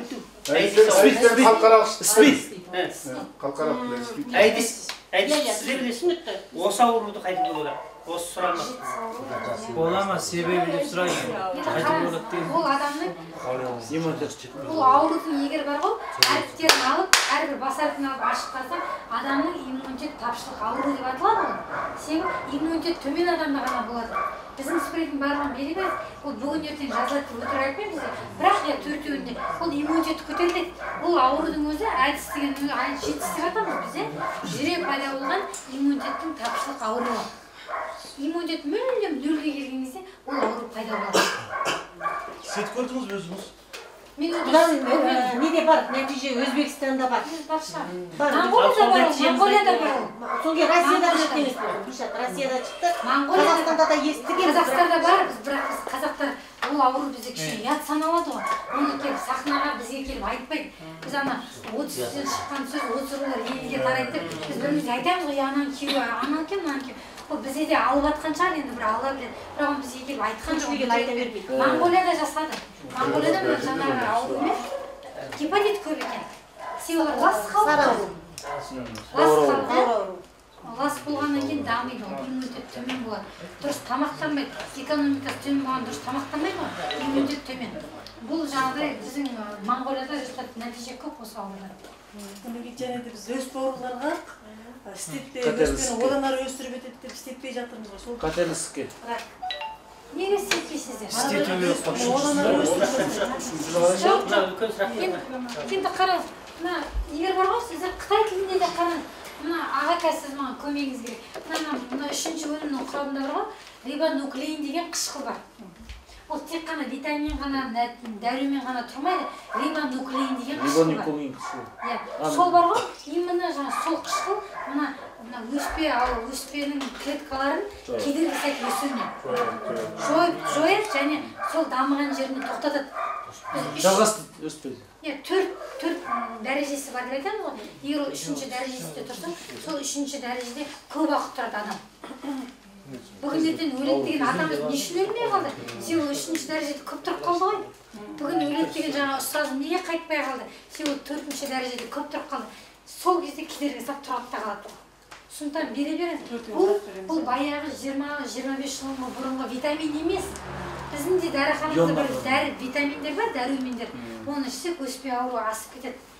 Бұл ондай емес. Бұның құрамы мүлдем бөлек қой. Бұның құрамы мүлдем бөлек. Бұның аты негізі мультивитамин болғанмен бұның атын құдірет деп қою керек, басқа бір нәрсе деп қою керек. Мына мультивитамин емес. Себебі одан да күшті. Себебі біздің емханаларымызда дәрумендер бар, аз ғана дәруменен. Оларды ішсе жаңа адамның ісігі ұлғайып кетеді, оны ішсе басқа бір нәрсе болады. Бұл мүлдем ондай емес. Бұл мүлдем ондай емес. Жаңа түсіндіре алмай қойдым, жаңа қышқыл бар. Сол қышқылдар бар, ол қышқыл жаңағы өспей ауруының жасы жолары тоқтататын тежет. Ол да жаңағы 2000 ғылыми жұмыстың ішінде бар. Қорықпай оны қолданады. Бәрінің өзінің құрамында ғой. Мынаның құрамында бар, алоэ дейтін нәрсе бар ғой. Алоэ. Алоэ деген нәрсе бар, жаңағы өсіп тұрады ғой. Көбіне сол адамдар айтады, жаңағыдай бірінші мына жатыр биомасы әйел адамдарда болған кезде, мына бірінші өнімді қолданып бастағанда кішкене көлем ұлғаюы мүмкін. Қалды кенде? Олар айтады, мен жаңағы тығыздан өттім, менің көлем ұлғайды ғой, кәне сен спрейн деп айтуы мүмкін. Ол ұлғаюы мүмкін, ол жаңағыда қалыпқа жатады. Сен мынаны әкелген кезде қан айналым келеді ғой, кішкене ісіра барып біртіндеп оның көлемі кішіреді. Сондықтан сізде алғашқы 1 айда, 2 айда, 3 айда көлем ұлғайды десе, одан қорықпаңыздар. Олар сізге айтады, көлем ұлғайды, мен спрей ішкеннен кейін деп не? Оны өсіп жатыр деп ойламаңыз. Жаңағы семіздікті ше? Ауруына қалай берсек болады? Асқазан. Асқазанға екінші мен 1-2-3-ті бересіз. 1-2-3-ті? Жаңағы ауруына сонда зады парк бар ма осының? Жаңағы ауруына зады осының парқы бар ма? Қанша уақыт қолдануға бар? Себебі бір алладан істете беруге болады. Жоқ, оның иммунитет, оның шығу тегі иммунитет төмен деген болса, егер біздің сіздеріміз иммунитет көтеретін болса, саншы логикалық жағдайды ойласақ, ол жаншы көмектеседі ғой. Енді бізге жаңа айттым ғой, қазақтар келмейді, бірақ орыстар мен монғолдарда бар. Семіздікті айтайын, сосын тоқтайық, иә? Семіздікті айтайын мен. Семіз бар ма? Сіздерде семіз қытайын. Мен бар. Қайсы? Қолы сіз әдемі семізсіз ба?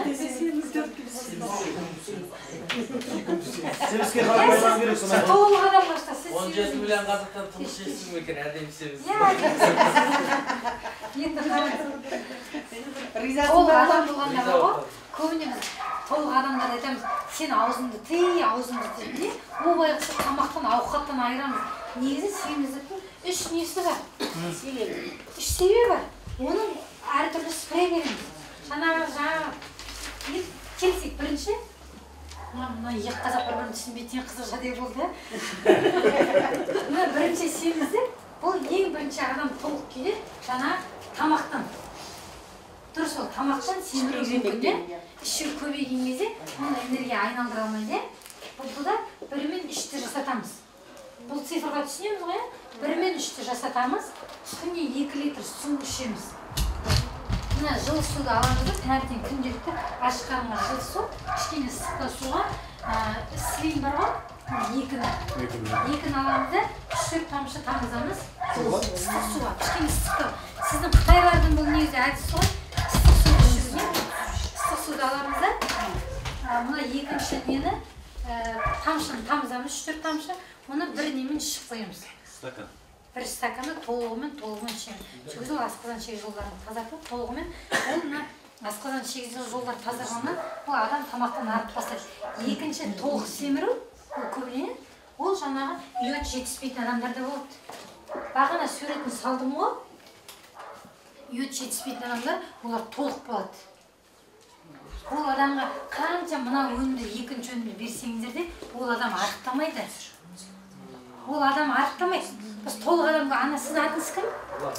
Ұлан көріп қалсаңыз, ұлан байытын болдым деп 1 мен 2-ші өнімді береміз ғой. Ол адам арықтамауы мүмкін. Оның арғы шығуы мына йод жетіспейді. Семіздіктің бір түріне йод жетіспейді. Ол әйелдерде көбіне, олар әйел адамдар егер семіз болса, йод жетіспейді, бедеулік 3 ауру қатар жүреді. әйел адам толық болса 3 диагнозды қоя беріңіз. Семіздік, бедеулік, йод тапшылық деп не? Үшеуі бір-бірімен қатар жүретін ауру. Ол ауруға 1 мен 3-ті береміз. Мен түсіндік па мынаны? Толық адамның бәрі тамақтан емес. Йод жетіспейді. Бұл кезде сіздің беретін спрейіңіздің өзі мынаумен мынау болады. Күні-түні ұланға біз сілеңді аузына құйсақ ол арықтамайды, оның йоды жоқ болса. Себебі біздің мына май клеткаларын бар ғой, май клеткаларын ыдыратуға йод жауап береді. Егер йод мүлдем түспей қалса, ыдырататын адам жоқ, ай дейтін көке жоқ деген сияқты, ыдырататын йод жоқ, олар майлар жиналып қалады. Түсіндік па? Енді осы жағдайда мен бірден өзіме қатысты нәтижені айтып кетейінші.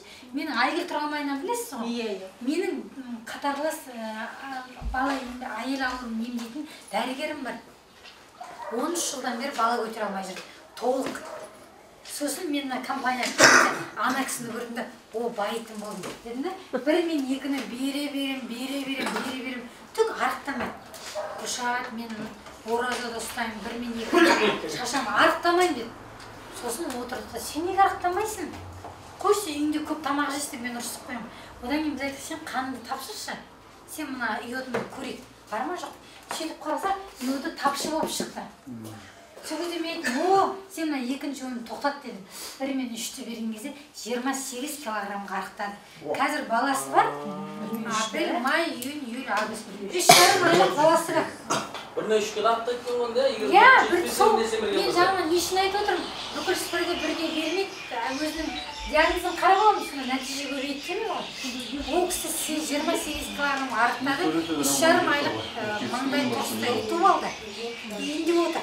Қанша уақытта? Сколько месяц? 28 О, сколько месяц? Где-то бір 5 айдың көлемінде қатты арықтады. Одан кейін мен мына 2-ші өнімді бердім. Не үшін екенін айтайын ба? Мына терісі салбырап қалмау үшін. 2-ші өнімді? 2-ші өнімді бердім. Бұда 1-2-ші бірақ бердіңіз ғой? Жоқ. 1 мен 3-ті бердім. 1 мен 3-ті бердім. Құстардан менімен қабаттасады. 1 мен 3-ті бердім. Артта болды ғой.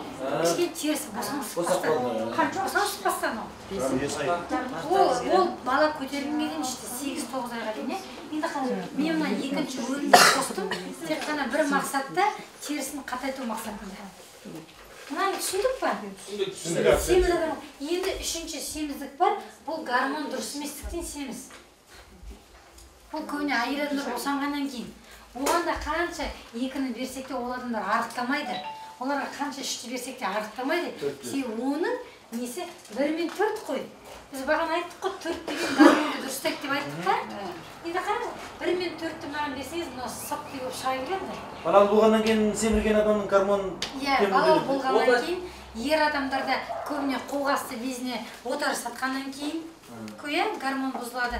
Жас жігіттерде де болады. Сол адамдарға берсеңіз, гормоналды жүйе.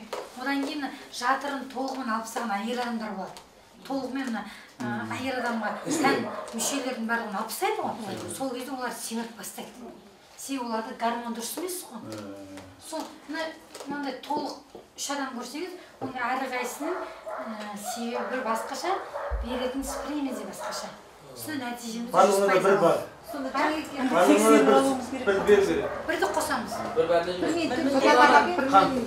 Мынаған 1 мен 3-ті берді. Мынаған 1 мен 2-ні берді. Мынаған 1 мен 3-ті берді. Мынаған 1 мен 4-ті берді. Ананы қосып іше берсе болмай ма? Қайсыны? 4-ті бірақ іше? Болмайды деп отырмын. Мен сол 4-ті бірақ ішім ба? 3-ден астыма мен 4 күн семір бар. Соны нетеді семір қайдан беріп қата ішіп жатырым ба деп. Қайтып бардым да неге қысқа сұраңыздар еді уақытта жетіп қалды. Семіздікпен аяқтайды. Енді бір ғана нәрсені ескертіп кеткім келеді. Біздің спрейлерді шашқан кезде ол болады. Қозы болуы мүмкін. Көбіне ол қандай жағдайда адамдар мына буын ауруы бар ғой. Сол адамдарға берген кезде түнімен ұйықтаман, буыным қақсады, ит тістегендей болды деп айтып шығады. Одан мүлдем қорықпаңыз. Себебі өліп жатқан тің өліп жатады, олар клетка өліп жатқан кезде, оған барып 1-ші өнім, 2-ші өнім, 3-ші өнім, 4-ші өнім қанайын жасатқан кезде, ол жұмысын атқарып бастайды. Ол біз адамдар оның ұйықтап қалғанына үйреніп қалдық қой. Ол тіріліп бастап еді, дұрыс емес отырып қалған кезде аяғымыз үйіп қалады ғой, қан айналымын сеземіз ғой, сол секілді ғой.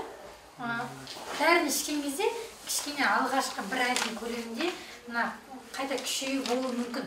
Барлық адамда емес, бірақ кейбір адамдарда болуы мүмкін. Оның бір ешқандай қорқынышты еш нәрсе жоқ. Ол медицинамен дәлелденген нәрсені ішкен кезде оған адамның беретін жауабы ол.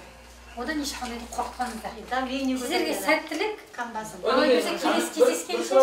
Сіз қайсысын ішетін болдыңыз мынаны? Жоқ, мен анан бір мен етін іштім ғой, мен 10 келе семіріп алдым да. Сода мен бір нәрсе сұрайын сізден. Жаңағы тамақтан семірген болса, бір мен екінің. Йод кемдіктен болған болса, бір мен үшті. Гормон бұзылған болса, бір мен үтті ғой. Содан мысалы бұдан кейін бір семіздерге дәрі беретін болса, мысалы оны алдымен міндетті түрде докторханаға ертіп барып. Жоқ. Сіз жайлап сұраңыз. Былай сұраңыз мысалы. Ұлан, сіз қай уақыттан бері мысалы артық салмақ жинап бастадыңыз? Бір 10 сөйлемді айтыңызшы, ол өзі айтып қояды.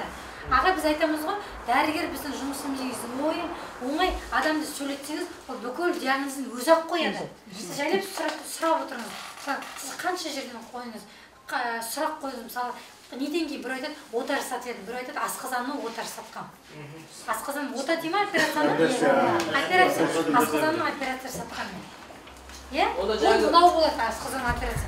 Біреу айтады, мен соңғы уақытта ұйқымда қанбайды, шаршап та жүрім, адамдармен ұрсып та қала берем, күйеуім де жаман, енем де жаман, әйелім де жаман. Ол не? Йод тапшылық. Денемнің бәрі құрғай береді. Йод тапшылыққа қарасаңыздар, мына 4 нүктені қарай қойыңыз. Олар кішкене қарайып тұрады. Менде болған жүктілік кезде. Кішкене мына терге қарағанда, мына қара болып тұрады кішкене. Қайсы кімге бар екен? Қара болып кішкене. Сізден сөйлесу керек бір 5-6 сөйлем айтсаңыз, ол өзінің диагнозын. Қазір сіз практика қылыңызшы. Келіңіз. Сен басылайын. Мен ақтайтын болсам, Қытайда негізі жоқ дейді, 1 миллион адам. Мен ақшасаны тосып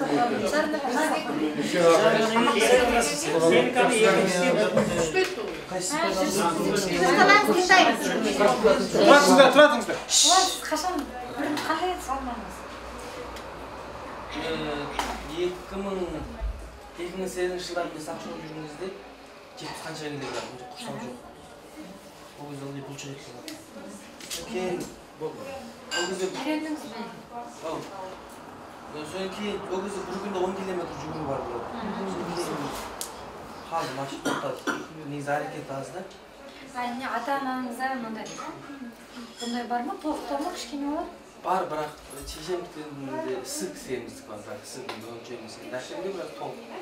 Ойды өте қоншақ семіз емес, ол сөз теже бар. Сіз тамақта қалай көп жейсіз бе қазіргі таңда? Тамақ көп жеймін, көп жейтін қатарында. Солай көп үлкен дәрет, кіші дәретте солай көп барасыз ба? Жоқ, үлкен дәрет көп бармайды. Кішкене сыну бар сізде. Онда, значит, тұрып қалу бар ғой, шыққату бар ма сізде? Шыққату көңілі бар. Не? Шыққату бар. Значит, бұл кісіде сразу айтамыз, зат алмасы бұзылды. Келген тамақта бұл кісі қортатын нәрсе жоқ қой. Қорталмай оның барлығы жиналып жатыр. Онда без. Енді сіздерде соңғы уақытта теріңізге бір нәрсе шыққан байқадыңыз ба?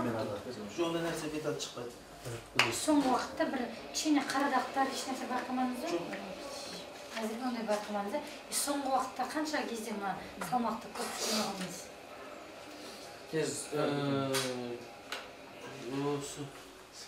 Осы спиралер істеткен кезде 10 килограмм қосылды да, 10 килограмм ақтадым ғой деп 10 килограмм қосып кетті.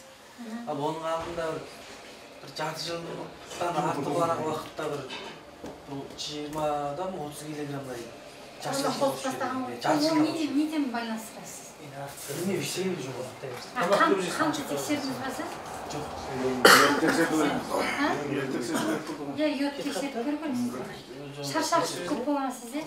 Жантайып жата бердіңіз бе ма? Шаршау бар. Шаршау бар, е? Осы жерде шаршау болып жүр енді. Жұмыс істеп келген кезде отырған жеріне жұмысқа тектің бұрын енді. Жұмыс істесем де, мысалы көлік жүргізсем де, мысалы 2 сөтке, 3 сөткеге тақап ұйықтамайтын үстіне жұмыспен кете береді.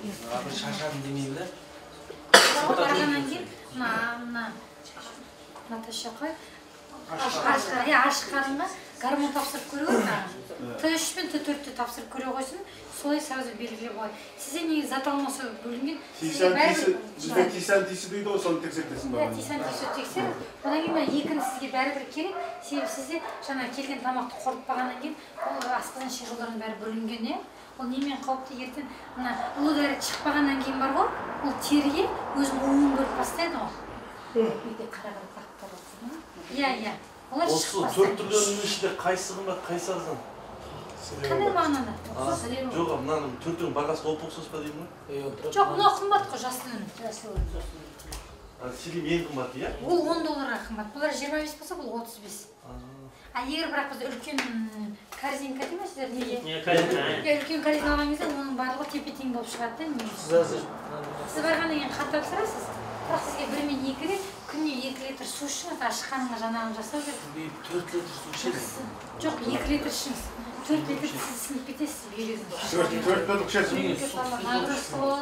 Қантым рыдырайғанда. Суды бар ғой. Қан тапсыртасыз ғой. Рахмет сіздерге.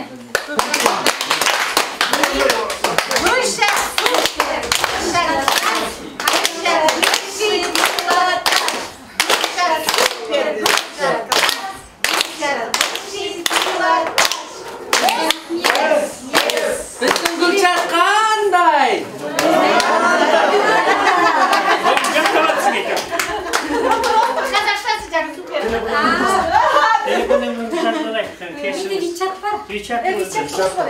Рәсімге бір чат.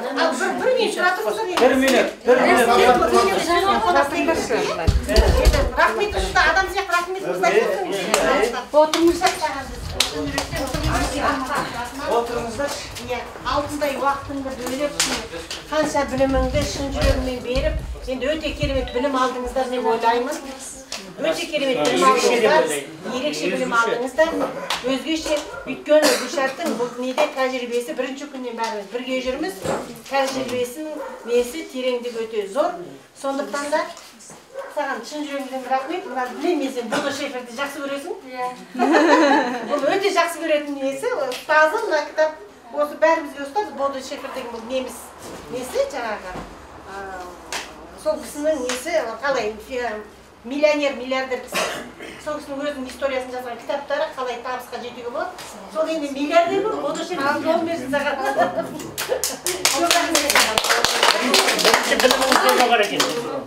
Екеуміз енді келесі кездескенде жіптіктей болып кел енді. Мен ұятқа қалдырма, спрейді ұятқа қалдырма. Келер жыл мұнда едім. Жаңа алдық жол мен болатын қасыңыздағы деп айтам, ол кезде жіңіш кереп келгенде. Аға сізге, сізді бақылауға алады. 5 минут үзіліс, 5 минуттан кейін тағы да бір керемет.